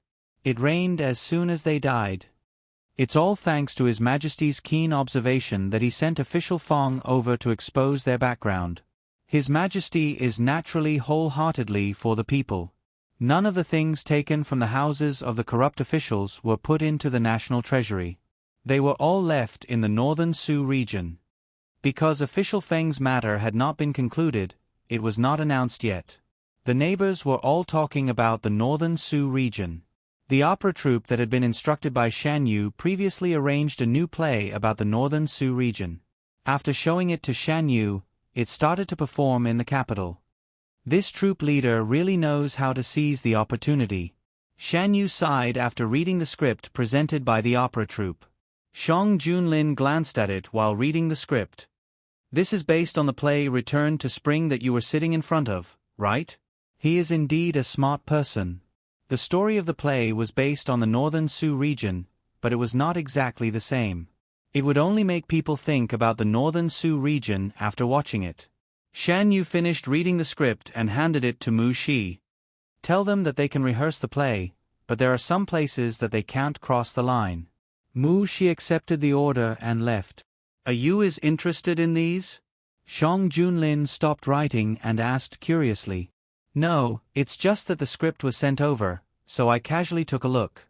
Shan Yu was indeed not interested in these things. By the way, does His Majesty know much about Junling? It seemed to have bloomed 2 days ago. The grass that was sent by Imperial Physician Gu. Shang Junlin had always been very concerned about the flowers and plants sent by other people, who were the only ones that Shan Yu treated specially. Shan Yu nodded. Just as Shang Junlin was almost done with his work, Shan Yu wanted to go with him to take a look. As soon as he got close, he smelled a faint fragrance. Shan Yu walked closer and found that a few days had passed, and the bud had already opened. The flower was very small. Although it was in the state of bloom, it was only the size of a finger. The petals were completely piled up together. The outer layer was light green, and the deeper it was, the whiter it was. Near the center, it was the color of jade. Shan Yu had never seen Junling in full bloom, so he couldn't help but slow down his breathing. It's so beautiful. You took good care of it. Shang Junlin looked at the flower and then turned his gaze to Shen Yu. Junling was a kind of plant that was very difficult to raise. Shang Junlin didn't know where Imperial Physician Gu got this flower and why he gave it to Shen Yu. But when he saw Shen Yu's surprised look when the flower bloomed, his heart slightly itched. You is very happy? Shen Yu looked back at Shang Junlin, and his eyes were full of amazement. I just didn't expect it to be so beautiful when it bloomed. Although it wasn't as gorgeous as other flowers, it was simple and elegant to the extreme. It was also a kind of beauty that couldn't be ignored. Shen Yu liked all beautiful things. If you like it, I will ask people to find more. Shang Junlin held the young man's face and kissed his eyes that were more dazzling than the starry sky.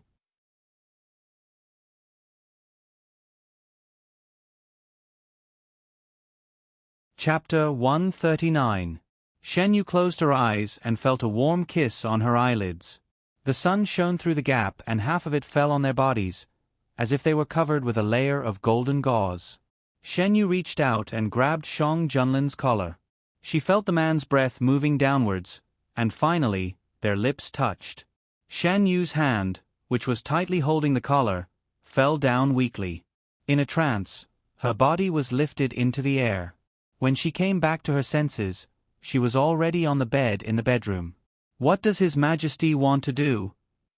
Shen Yu's finger pressed against Shang Junlin's lips. It's not even the 10th day yet. You. Shang Junlin's dark eyes were like a bottomless abyss, sucking in the people who were looking at them. Light and shadow swayed, and everything was fading away. Imperial Physician Gu came to check Shen Yu's pulse as usual. Before he entered, he was brought to the side hall by Eunuch Meng. Gue Jun and His Majesty have something to do. Imperial Physician Gu, please rest here for a while. It was the first time Imperial Physician Gu encountered such a situation. Although he was puzzled, he didn't ask much. After waiting for about half an hour, Eunuch Meng came in and brought him to the main hall. Shan Yu was lazily leaning on the soft couch. Her eyes were moist, and her lips were redder than usual. Imperial Physician Gu looked straight ahead and finished checking her pulse. Guejuan's body is fine as usual. Shan Yu supported himself to sit up. Shang Junlin, who was beside him, helped him up. Shan Yu couldn't help but glare at him. He didn't know what happened today. After the kiss, Shang Junlin carried Shan Yu, who was still in a daze, back to the bedroom and bullied her from inside out. Shan Yu didn't expect Shang Junlin's sudden action and was easily taken. If Imperial Physician Gu didn't check his pulse, he didn't know how long he would have been bullied. Imperial Physician Gu, do you still remember the Junling that was sent here before? It has bloomed. It was rare for Junling to bloom. Shan Yu felt that he should inform Imperial Physician Gu, the previous owner. Imperial Physician Gu was stunned for a moment and said the same thing as Shang Junlin. Your Highness has taken good care of it. Why did Imperial Physician Gu also say such words? Shan Yu was curious. One of the reasons why Junling is so rare is that it's not easy to grow. This subject obtained one by accident in the past. I raised it for many years but it didn't bloom. I didn't expect it to bloom in the first year it was sent to Your Highness. Imperial Physician Gu smiled. Giving it to Your Highness was the right decision. Is there anything special about it when it blooms? Shen Yu only knew that Junling was rare and had great benefits for the human body. It's all rumors. It said that Junling can only bloom under the care of a fated person. This subject doesn't think so. Flowers and plants are the same. If they want to bloom, they must meet the conditions. Maybe Your Highness has met the conditions for it to bloom. Shan Yu was more inclined to Imperial Physician Gu's second theory.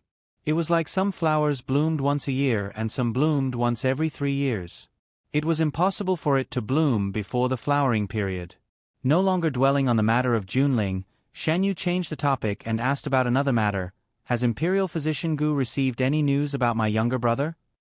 Shan Yu still remembered Imperial Physician Gu's worried expression for Gu Huai.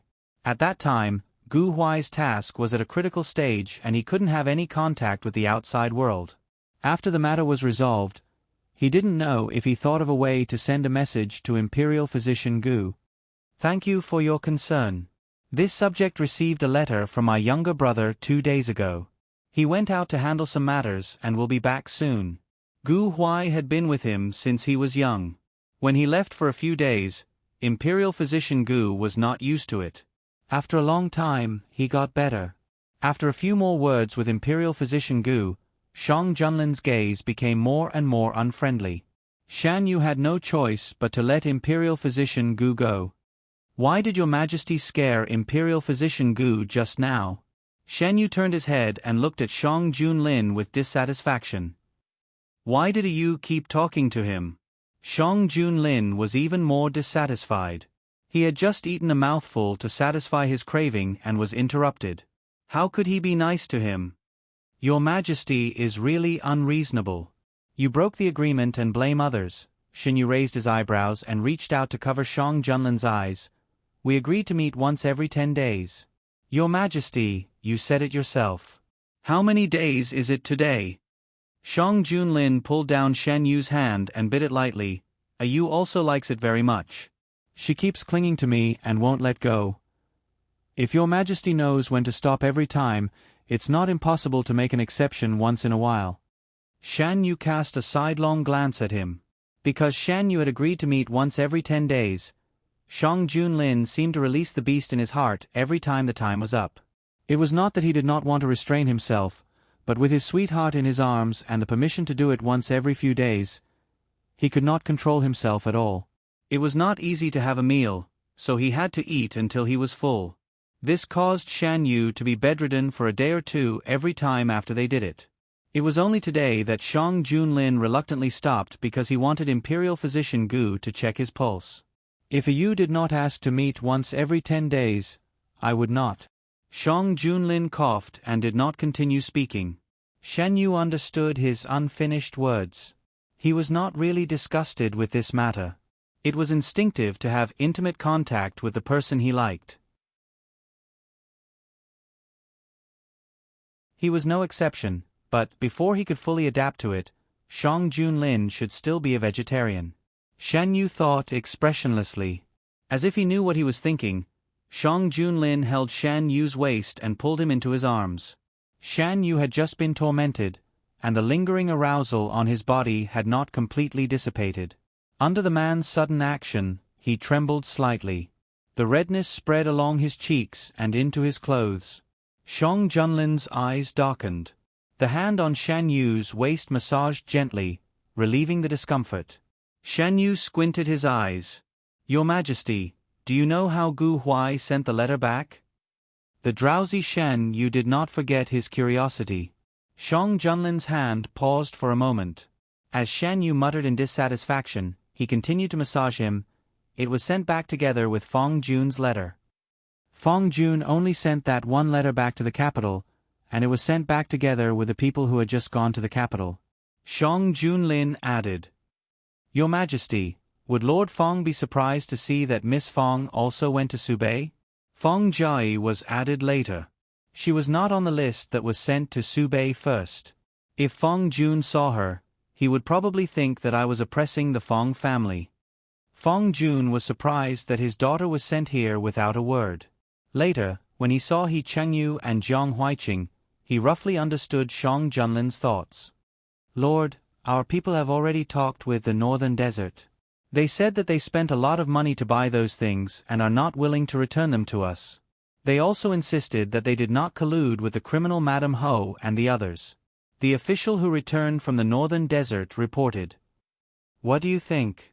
Feng Jun asked in a deep voice. The Northern Desert's reaction was as he expected. It would be strange if the other party admitted it directly. Feng Jun did not intend to get the things back in one go. This time, he just wanted to test the other party's attitude.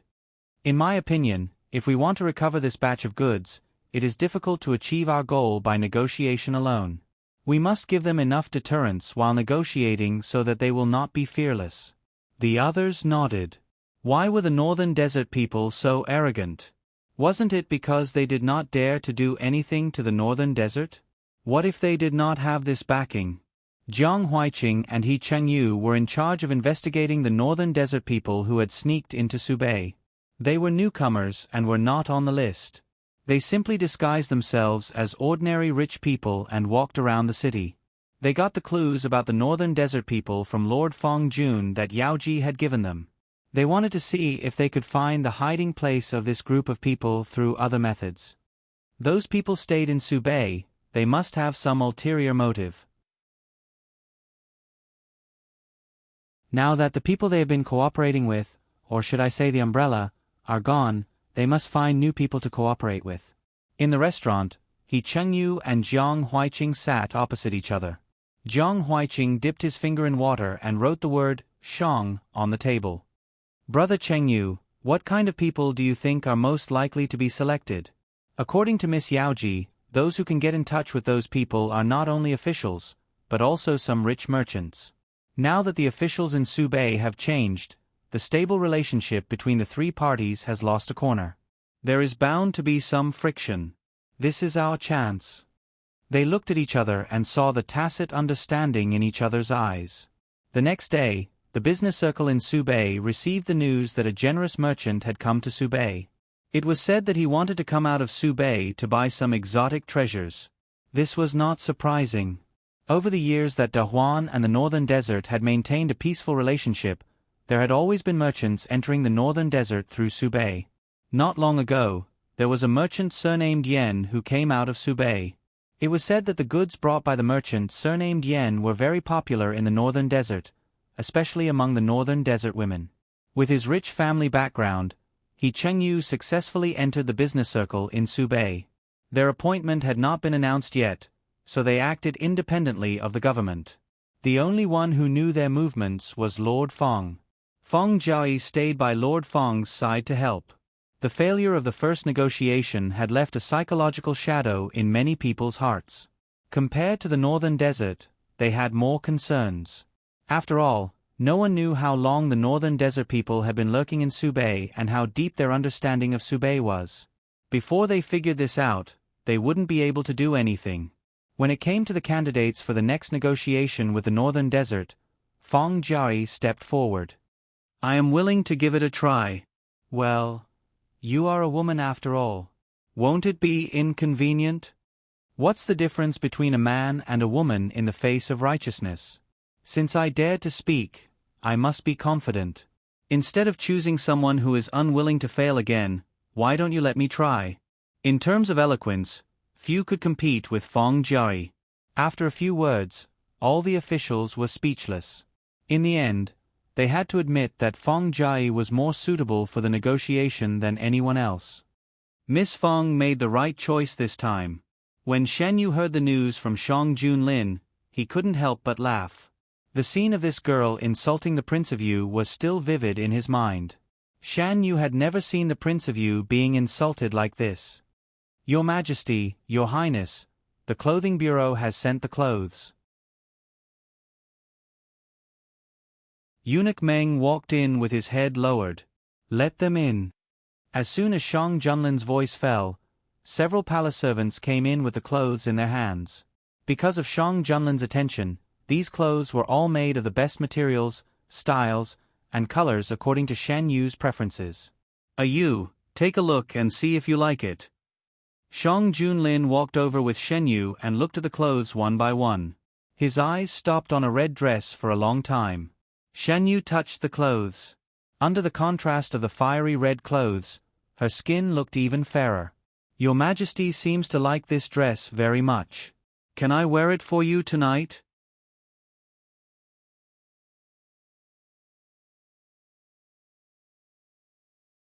Chapter 140.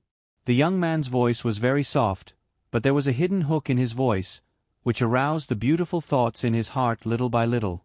Shang Junlin's throat moved violently. You have to keep your word. The palace servants lowered their heads and wished they were pillars. Shen Yu let go of the red dress and turned to look at the other clothes. The rest of the clothes were light in color, which was in line with Shen Yu's usual dressing style. In addition to the clothes in the hands of the palace servants, there were some that were not yet completed. Shan Yu was the only one in the harem, and Shang Junlin had ordered that all the good clothes should be given to Shen Yu first. Why would your Majesty want them to make a red dress? Shan Yu usually didn't wear this color, and it was not suitable for him to wear red in the palace due to his noble status. The red dress Yu wore last time was very beautiful. On the night of their first time, Shan Yu also wore red and bloomed slowly in front of him. Shan Yu that night was so beautiful that he couldn't take his eyes off him. Shan Yu did what he said. That night, he changed into the red dress and appeared in front of Shang Junlin.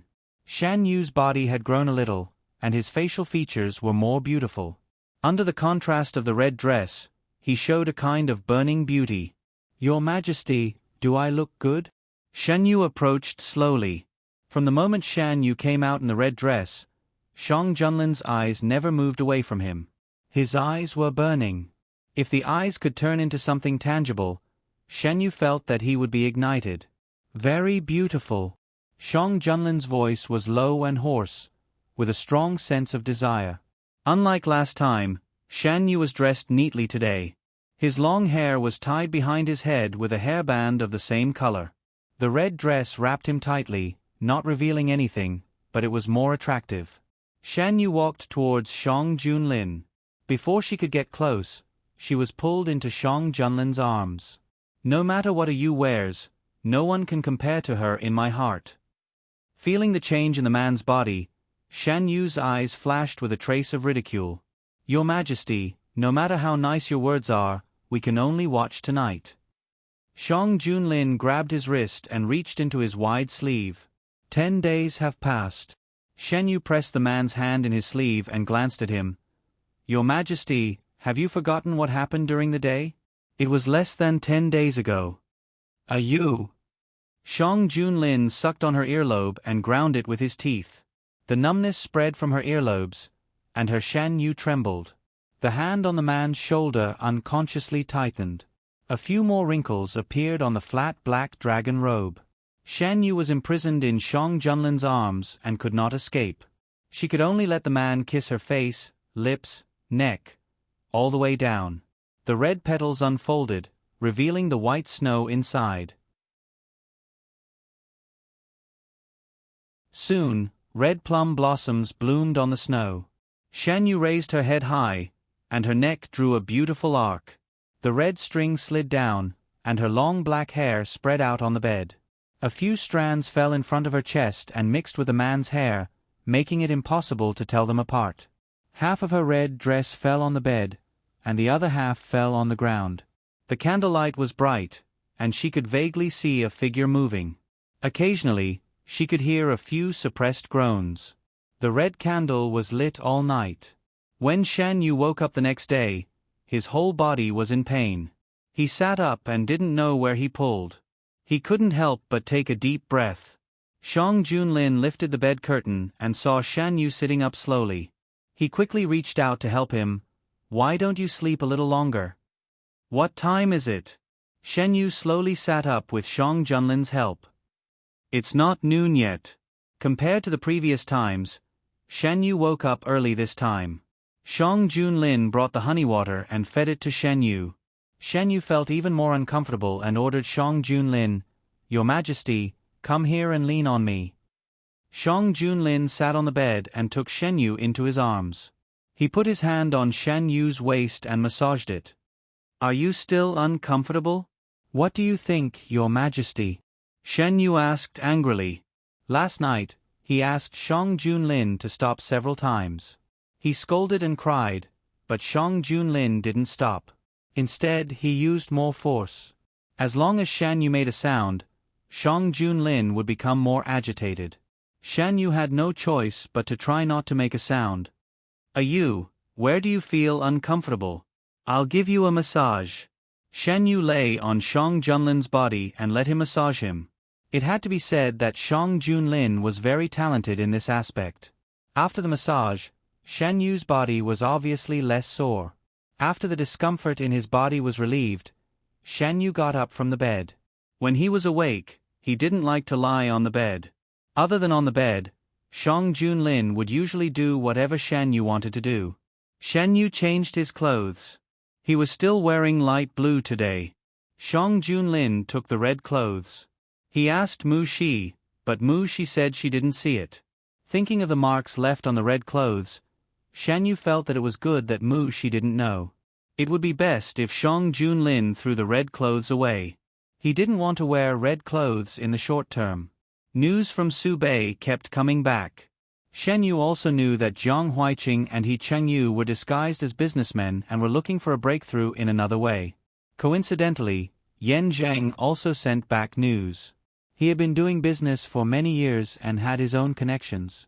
Although the relationship between Dahuan and the Northern Desert was tense, he didn't receive much trouble when he arrived in the Northern Desert because he had prepared well in advance. On the contrary, the goods he brought were very popular. The people of the Northern Desert had different habits from the people of Dahuan. They were nomads who lived on the grassland all year round. Their clothing and living habits were very different from those of Dahuan. However, this didn't prevent the women of the Northern Desert from liking the clothes of Dahuan. The goods Yan Zhang brought were popular with the women of all families in the capital, not to mention the Northern Desert, which had always been inferior to Dahuan in this aspect. Because most of the goods he sold were women's products, which were useless in the eyes of many men of the Northern Desert. Therefore, they didn't guard against him. Yan Zhang also gradually got in touch with noble ladies from the Northern Desert from the beginning. He even got in touch with the women of the royal family under the recommendation of these noble ladies. He got closer to these people while quietly investigating the movements of the Northern Desert. Is Boss Yen going back to Dahuan? At night, Yan Zhang was invited by a noble lady to a banquet hosted by the nobles of the Northern Desert. Yan Zhang took a sip of wine and said helplessly, "As you can see, my goods are almost sold out. I have to go back to restock. The things in Dahuan are so beautiful. It would be great if I could go and see them." The woman who spoke was wearing an exquisite hairpin. Her lips were also very beautiful. She wore the lipstick she bought from Yan Zheng. I wanted to. Before I met Boss Yen, I never knew that lipstick could come in so many colors. There are even lipsticks that are specially used for cleansing and washing my hands. Now I smell good every day. I like the smell. Do the women of Dahuan have these things when they are born? That's not the case, Yan Zheng smiled. These are all new products from the capital and have only been popular in Dahuan for a few days. I was lucky to be able to get the goods to sell in the Northern Desert. Other than in the hands of that person, these goods can't be imported anywhere else. This is also why I have to make a trip back. So you're saying that not everyone in the Great Huan Kingdom can use these items? The noble ladies looked at each other, their voices full of excitement. Of course. I can guarantee that except for me, you can't buy these anywhere else. Will Boss Yen bring different goods the next time he comes? I heard that the women of Dahuan like to decorate their nails beautifully. Can Boss Yen also bring some nail decorations next time? The other women followed and mentioned many things they wanted. Yan Zheng agreed to them one by one. He pretended to ask casually, "Many of the goods you mentioned are commonly used in Dahuan. Hasn't anyone come to sell them before?" "Yes, they have. Those people are not like Boss Yen. They only care about us. We can't use the things they bring." Yan Zheng's eyes flickered. What do they usually sell?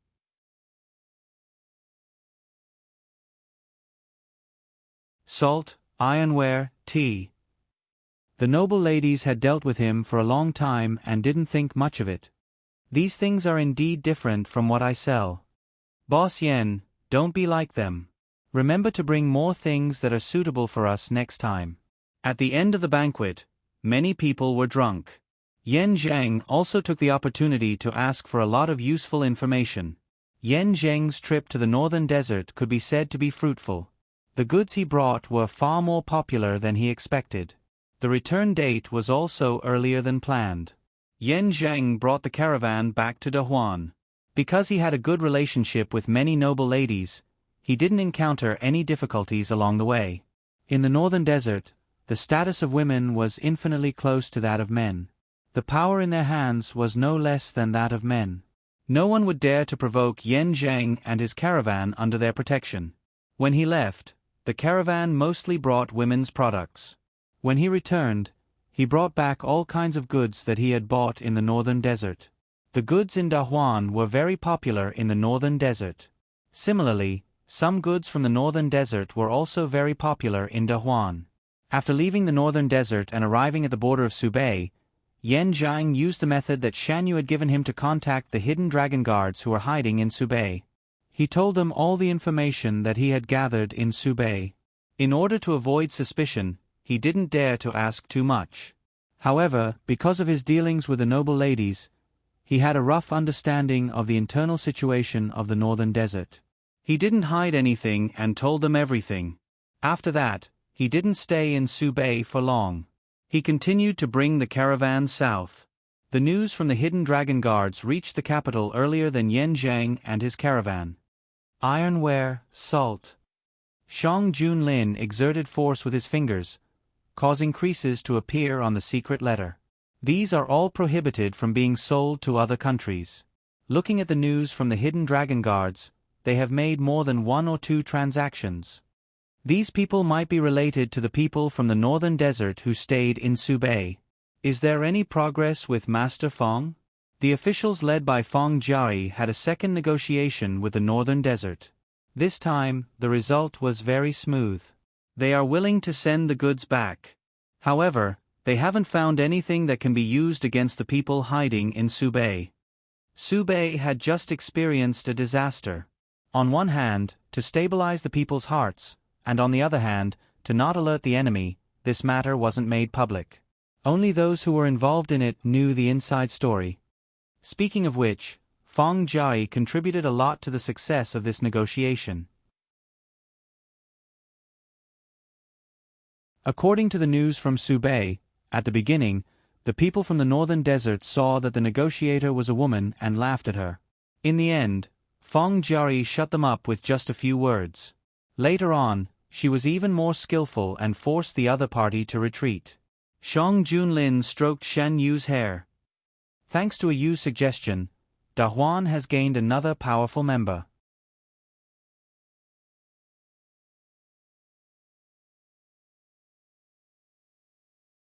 Chapter 141. Fong Jiai's performance not only shocked the people of the northern desert, but also shocked the officials who came with her. They never knew that the second ranker of the banquet was so powerful. Now they could understand why His Majesty made an exception to allow women to become officials. With Fong Jiai's fighting ability, they couldn't even defeat a few of them. Didn't they see how the northern desert people who came to show off their strength turned pale in the end? Fortunately, Fong Jiai was on their side. This was the first thought in everyone's mind. After the negotiation, Fong Jiai found that the attitude of the officials who came with her changed when they interacted with her. After thinking for a while, she could guess the reason for the change. He must have been frightened by her performance today. Fong Jiai didn't care what these people thought. She just needed to do her own thing. The group of people returned to Subei with the supplies and were warmly welcomed by the people. This lady is really powerful. She got the supplies back without using a single soldier. 2 days ago, Subei was under martial law. I wondered if there was going to be a war again. Me too. But I'm not afraid of war. It's only after His Majesty defeated the northern desert people that we can live a peaceful life. If there's a war again, I'll be the first to rush up. I don't think there will be any more wars. When that female official first came, I was curious. Is there no man in Dahuan? Why did they send a woman over? Now I understand. Even if it's a woman, she's not inferior to the other officials. I heard a lot of news from the people who came to help. It turns out that the court now allows women to become officials. At first, I didn't understand. Now it seems that His Majesty is far-sighted. So what if it's a woman? She can still achieve great things. Fong Jiai's action changed many people's views on women. In the Subei government, Fong Jiai, as the person who contributed the most, reported the operation. Whether it was the process or the result, it was greatly beyond their expectations. Originally, the Subei army was ready at the border. If the negotiations didn't go well, they would directly attack. But during the negotiation, the northern desert people were suppressed by them. No, to be precise, they were suppressed by Fong Jiai alone. Fong Jiai not only got the supplies back, but also compensation. Before they left, They thought that if they could get their supplies back, it would be considered a success. Who would have thought that in addition to the original supplies, they would also receive a lot of compensation? Until now, these people still felt a little dazed. I didn't even dare to think about this result. Looking at the compensation that was moved back, a younger official said. That wasn't the case the last time. The last time I went with a few lords, the other party was so arrogant. Unlike this time, they don't even dare to speak loudly. The other officials who had participated in both cases nodded in agreement. They were too shocked. She was a woman, and she was not as tall as the northern desert people. She was not as strong as them, but her aura was enough to suppress them. When she opened her mouth, they could not even raise their heads. They were thinking about how to help her and how to console her if she failed. But what happened? In the end, they watched as Feng Jia's words became weaker and weaker. In the end, he agreed to everything she said. In fact, not only the northern desert people, but they were also dumbfounded. You did well, Feng Jun said as he looked at the woman who was standing upright. She was his daughter, an official of the great Huan dynasty, and his pride. So what if he, Feng Jun, only had one daughter in his life?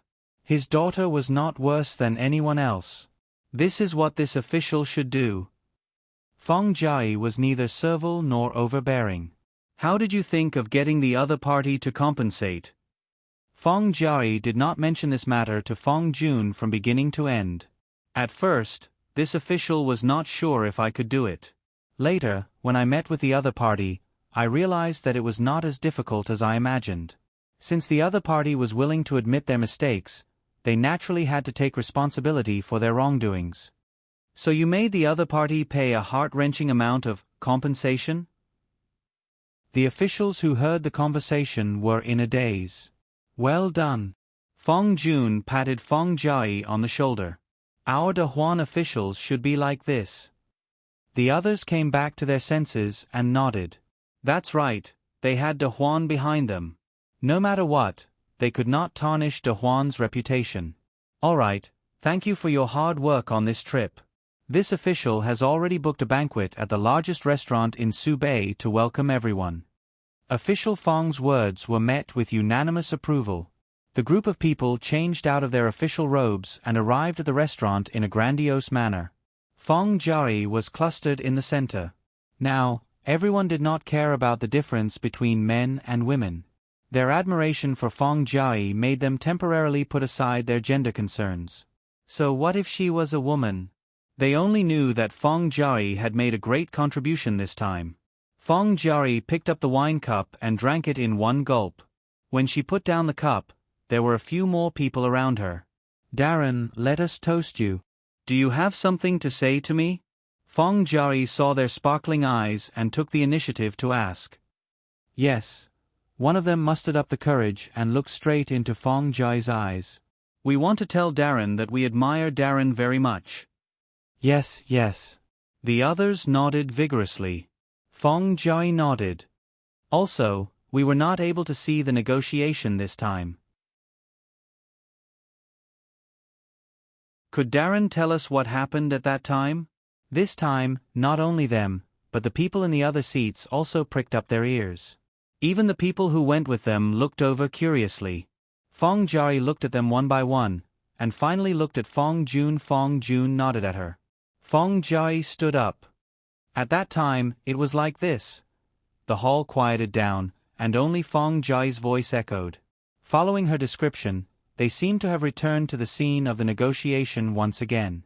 They saw the aggressive northern desert people at the beginning. They saw the northern desert people's momentum gradually weaken under Feng Jia's words. They saw Feng Jia arguing with a group of scholars. When they reappeared, they realized that the negotiation was far from as easy as they had imagined. The northern desert people were aggressive, and there were countless hidden traps behind every word. If they were not careful, they would fall into the trap and be doomed eternally.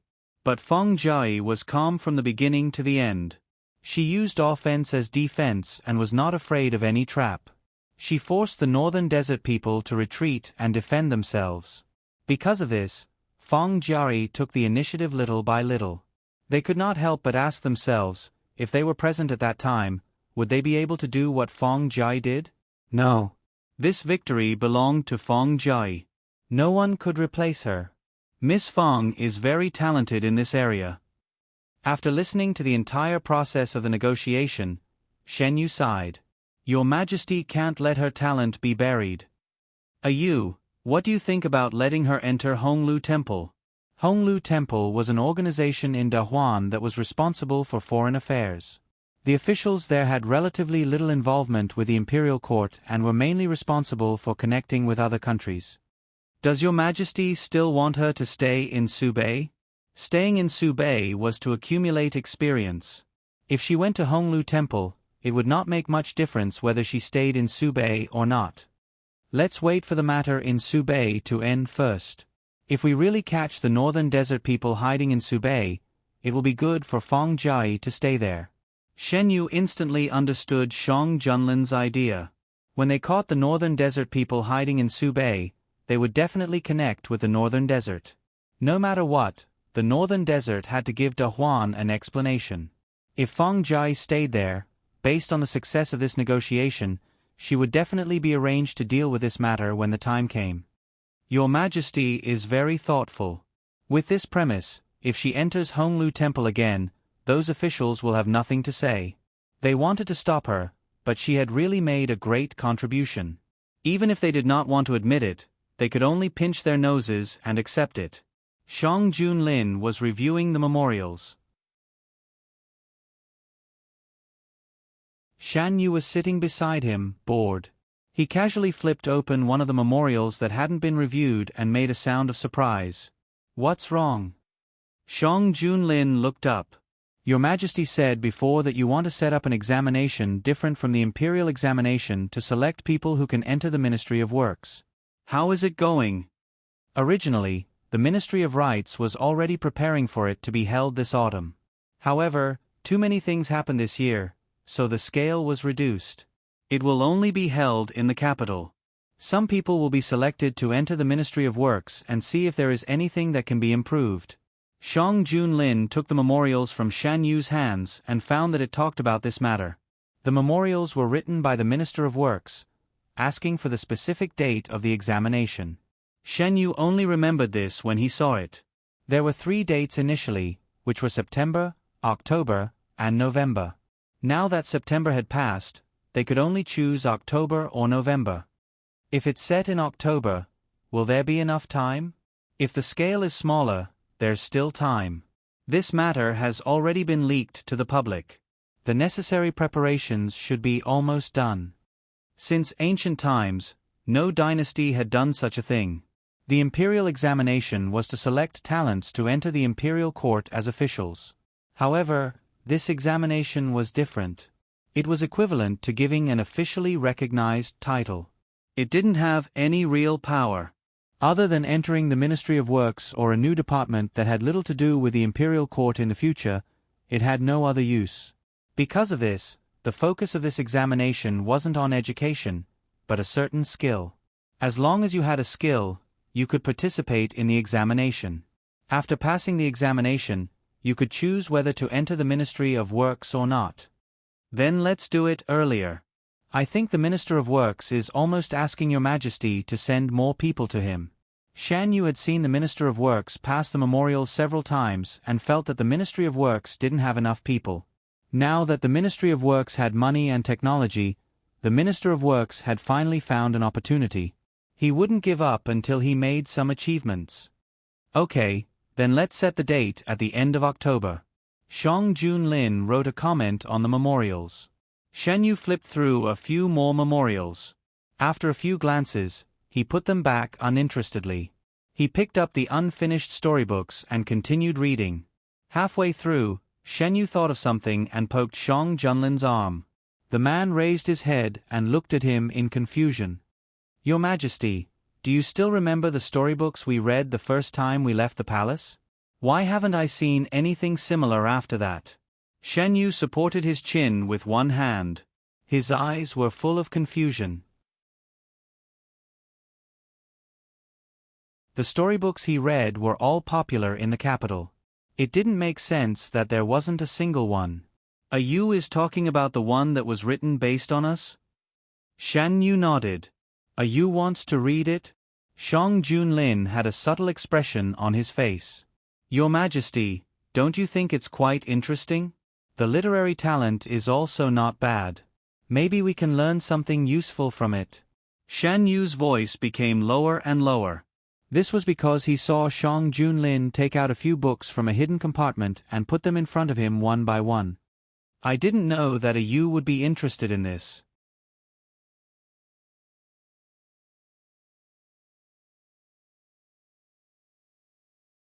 Chapter 142. So, it's not that they don't exist, but that they have all been hidden by your Majesty? Shan Yu flipped open one of the books. He had an impression of this book. It was the one he saw outside the palace. Shan Yu had thought that these books were thrown away by Shang Junlin or left in the house outside the palace.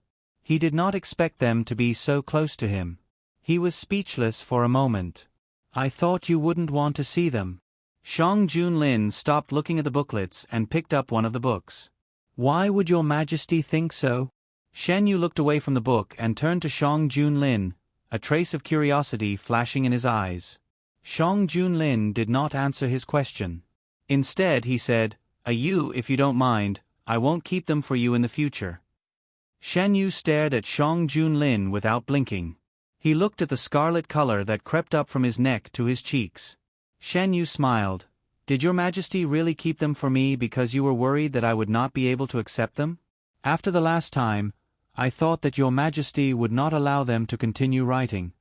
Shang Junlin looked away under Shan Yu's burning gaze. Why would you think so? I have this intuition. Shan Yu's intuition was right. Shang Junlin would not allow others to write about him and Shan Yu, especially if the writing was so erotic and explicit. Therefore, after that day, Shang Junlin found the author through the hidden dragon guards. After a friendly conversation, Shang Junlin did not take back the author's right to write the books. Instead, he restricted the content. The books that were released to the public could not be as explicit as before, and there could not be a third person in between the two of them. As for the original books with explicit descriptions, Shang Junlin bought them at a high price. That person was quite bold. Seeing that he had not angered the nobleman, he wrote another book, but he did not distribute it to the public. Instead, he gave it to Shang Junlin. Shang Junlin accepted it silently. This was equivalent to tacit approval. That person then wrote another edition while writing the normal edition. Without exception, these books were all kept by Shang Junlin. Shan Yu continued to flip through these books. The content was the same as before. He felt a little strange. According to Shang Junlin's temperament, he shouldn't have allowed this kind of book to be widely circulated. Shan Yu didn't know, but in a sense, he was right. Shang Junlin wouldn't allow such a book to spread. Yu's intuition is wrong, Shang Junlin retorted without changing his expression. How can I be such a narrow-minded person? Shan Yu looked at the book and then glanced at Shang Junlin. He didn't say whether he believed it or not.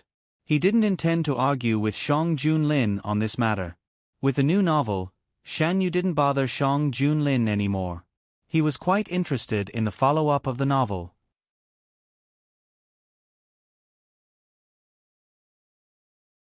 Although the novel was based on him and Shang Junlin, the content was different.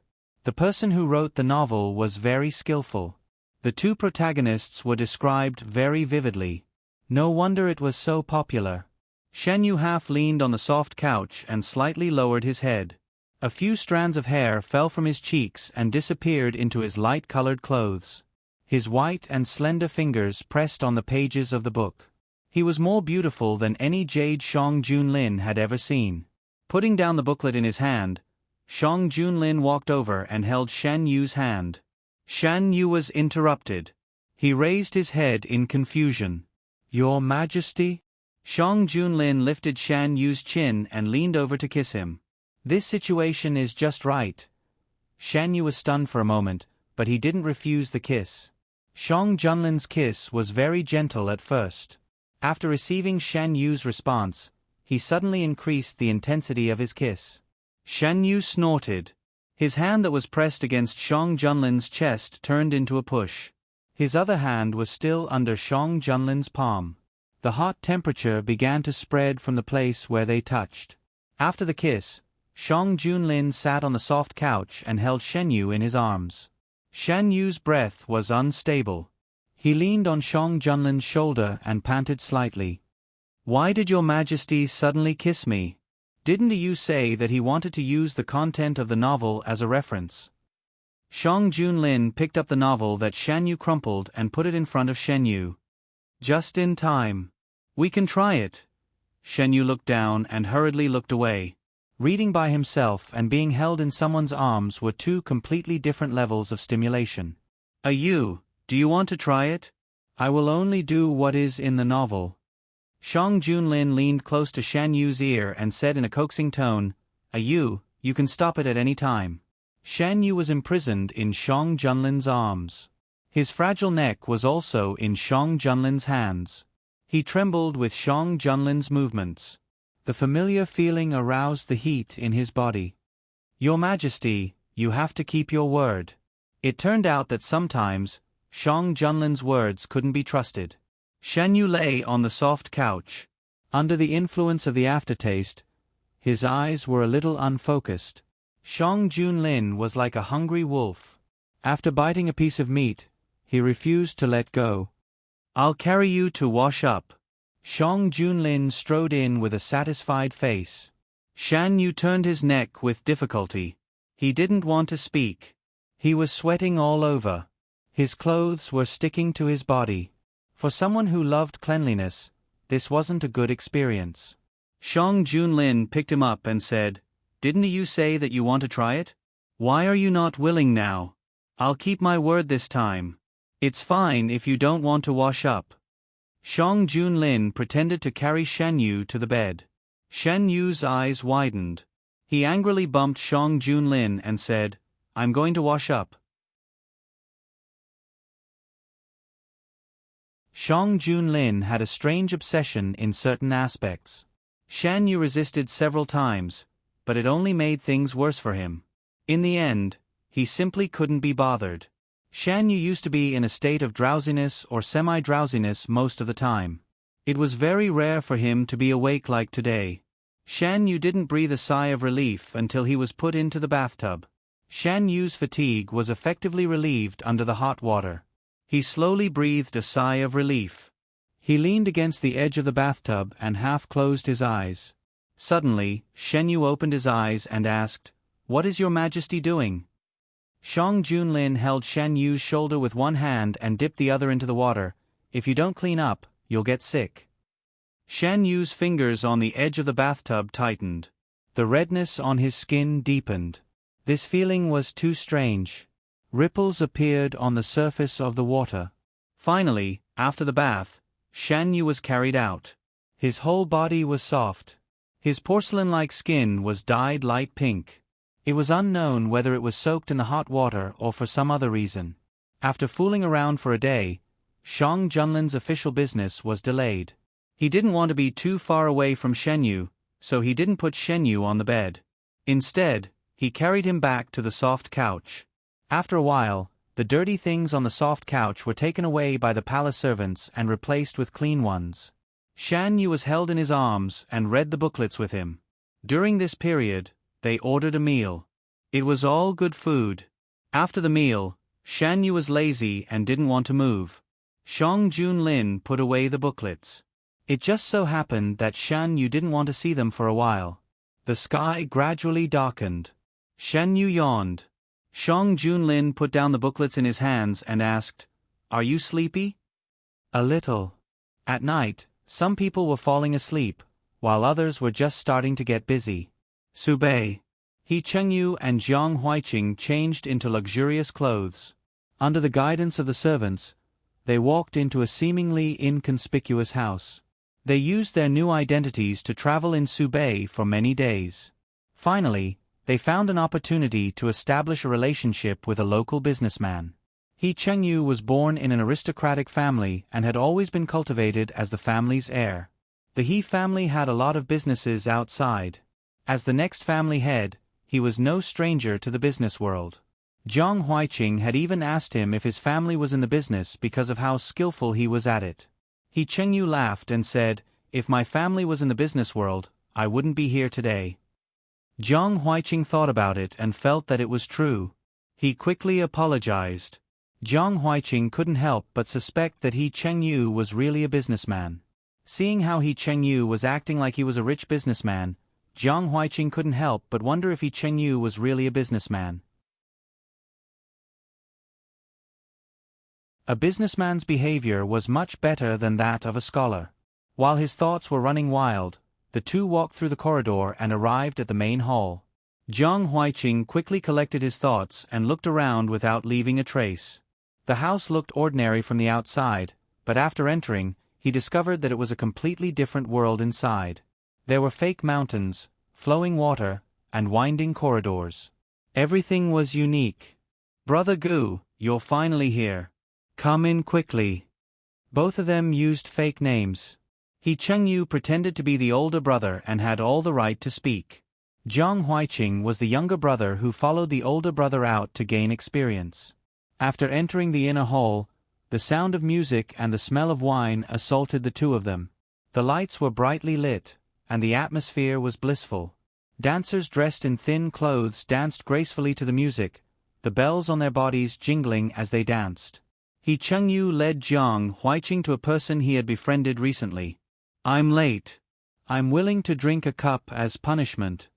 After saying this, he boldly picked up a cup filled with wine and drank it in one gulp. Seeing his forthright attitude, the person laughed and patted He Chengyu's shoulder. "Do you know what I like about you the most? It's the strength in your bones. This is a banquet for pleasure, so there's nothing to be late about. Come, let me introduce you to a few of my best friends. If you want to do business in Subei in the future, you'll have to rely on them." He Chengyu pretended to be excited. "Thank you, Boss Sun." Boss Sun introduced He Chengyu to a circle of people. He Chengyu memorized the appearance and basic information of these people. With a few words, he made the other party lower their attitude and start talking. Jiang Huiqing pretended to be inexperienced and looked around curiously. Because He Chengyu wanted to talk about business, he sent him to the side to play. The banquet lasted until midnight. When it ended, Boss Sun came over with two beautiful dancers. He looked like an experienced person. When you're outside, you must have one or two close friends by your side. If Boss Gu doesn't mind, you can bring these two back. Boss Sun narrowed his eyes and looked at the two for a while. Then, he lowered his voice. "These two are a pair of twins. The taste is not ordinary. They'll be perfect to serve Boss Gu." He Chengyu didn't refuse and left with the two women. After returning, Jiang Huiqing was about to say something when he saw He Chengyu holding his forehead and shaking his body. Without thinking, Jiang Huiqing supported He Chengyu before the two women hit him. "What's wrong? Maybe I drank too much. Help me back to my room to lie down." Jiang Huiqing looked at He Chengyu, whose eyes were not clear, and looked at the two women awkwardly.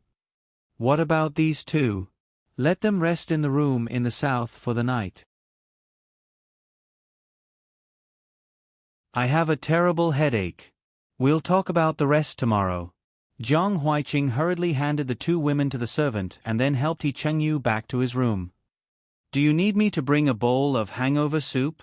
Jiang Huiqing helped him to the bed and sat down. He turned around and was about to leave when his wrist was grabbed. "No need." He Chengyu's voice was not drunk at all. Jiang Huiqing turned around and saw He Chengyu looking at him with a smile. "I really thought you were drunk." Jiang Huiqing sighed in relief and sat down on a chair. "How can I fool those two dancers if I don't pretend to be drunk? Were those two sent to keep an eye on us?" Jiang Huiqing asked thoughtfully. "We just entered this circle. It's normal for them to be worried and send someone to keep an eye on us. I'm not sure if there's anything wrong with those two, but it's never wrong to be cautious," He Chengyu said. "That's true. But won't those people be suspicious if we just let them stay in the fu and do nothing? Do we have to pretend to be drunk every day?" Jiang Huiqing frowned slightly. Since he said the word serve, It was obvious what those two were sent to do. No need. He Qingyu chuckled. It's just that in the future, I'll have to trouble you to put on a show with me. What's the show? Zhang Huiqing was curious. You just have to throw a tantrum at me occasionally, especially in front of those two, He Qingyu said with a smile. That's it? You don't have to do anything else? Zhang Huiqing was full of questions. He Qingyu, no need. Just do everything else as usual.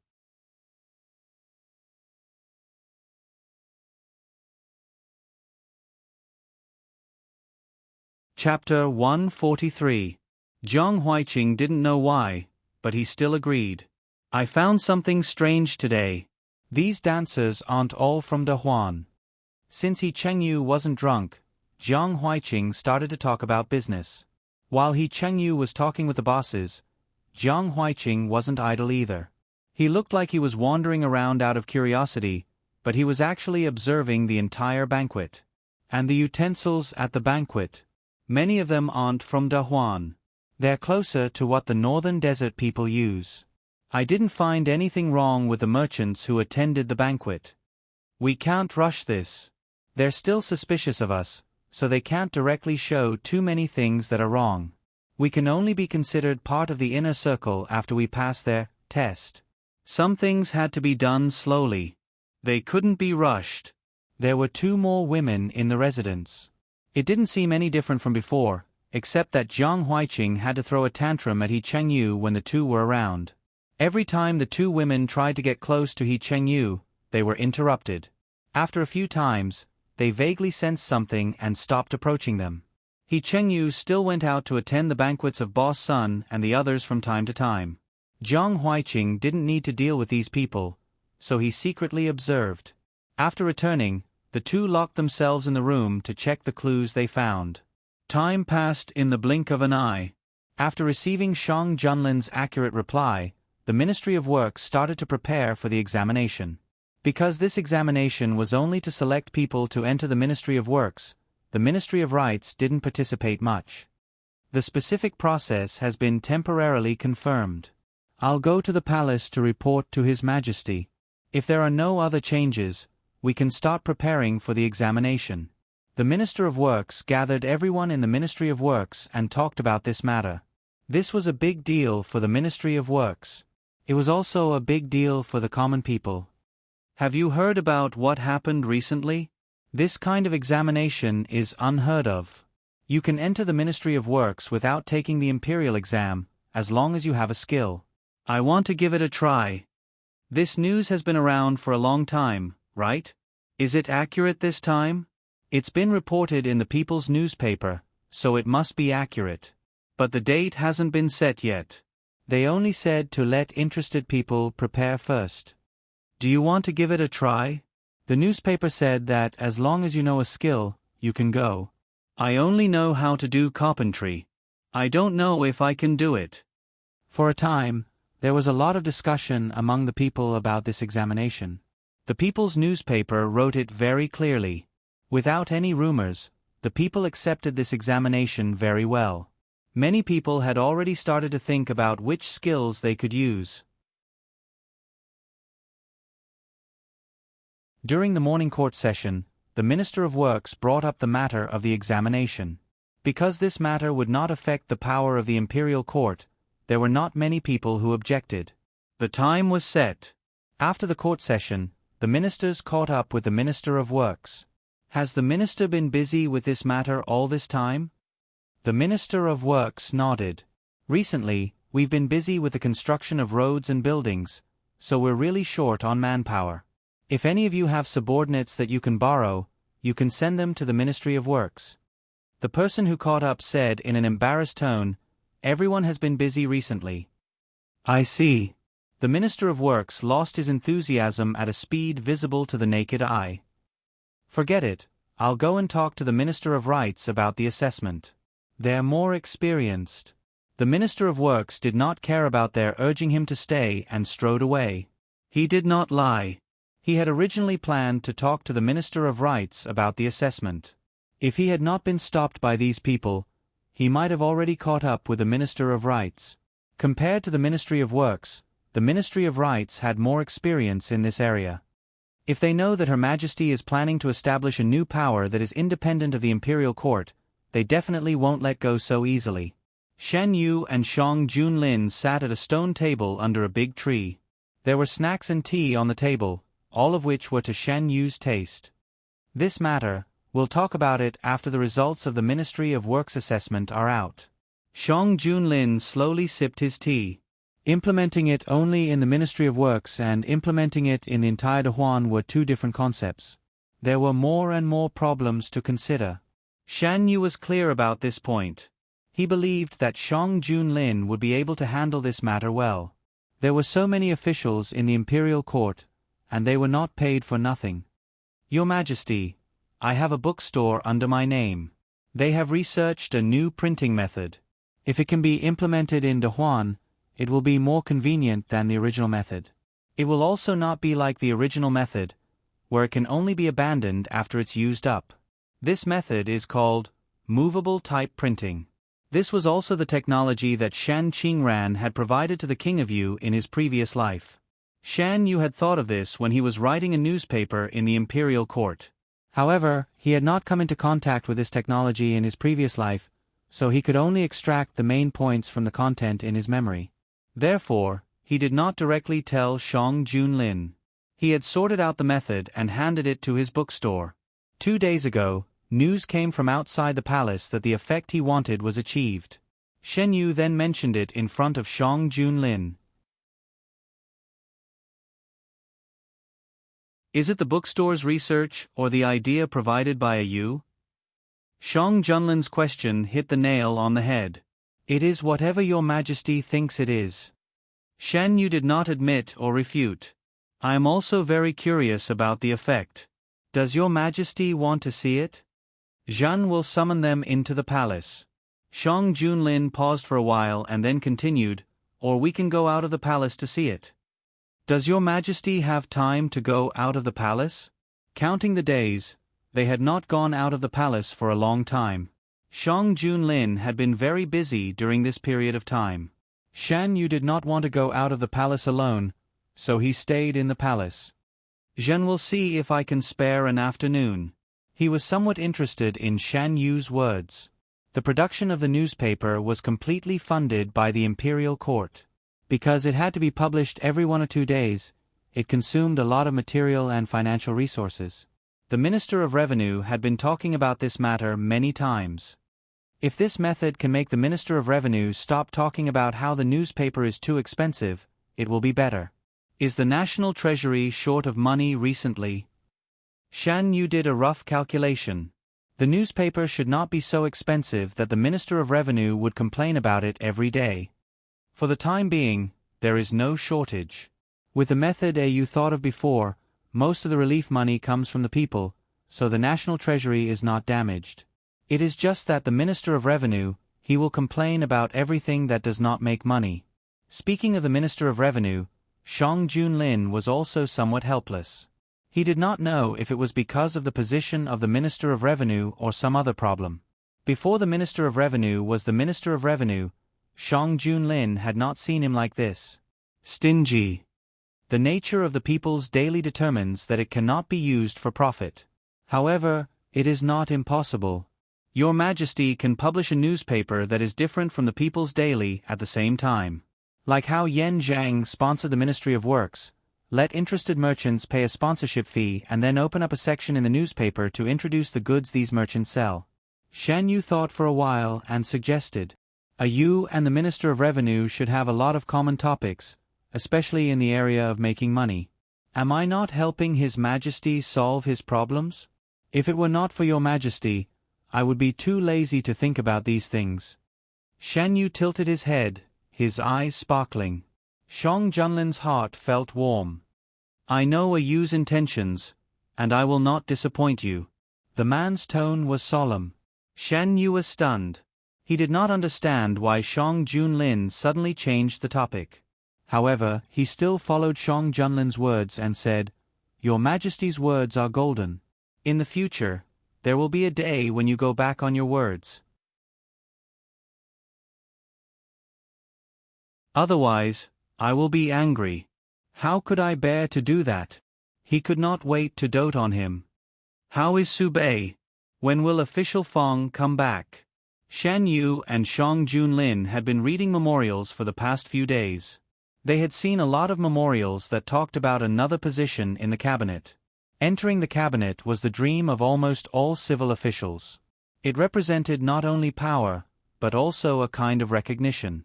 There was always a kind of obsession in the hearts of civil officials. After all, who did not want to do something big and leave their name in history? I also hope that he can come back soon. For the vacant cabinet position, the courtiers are about to fight. However, it was not that easy to find the northern desert people who had been lurking in Subei for many years. According to the clues given by Yaoji, Fong Jun sent people to conduct a strict search in the main city of Subei and the surrounding small towns. However, they still could not find the house that Yaoji mentioned. It was as if it had disappeared into thin air. Does official Fong really think that woman's words can be trusted? In the study, someone raised a doubt.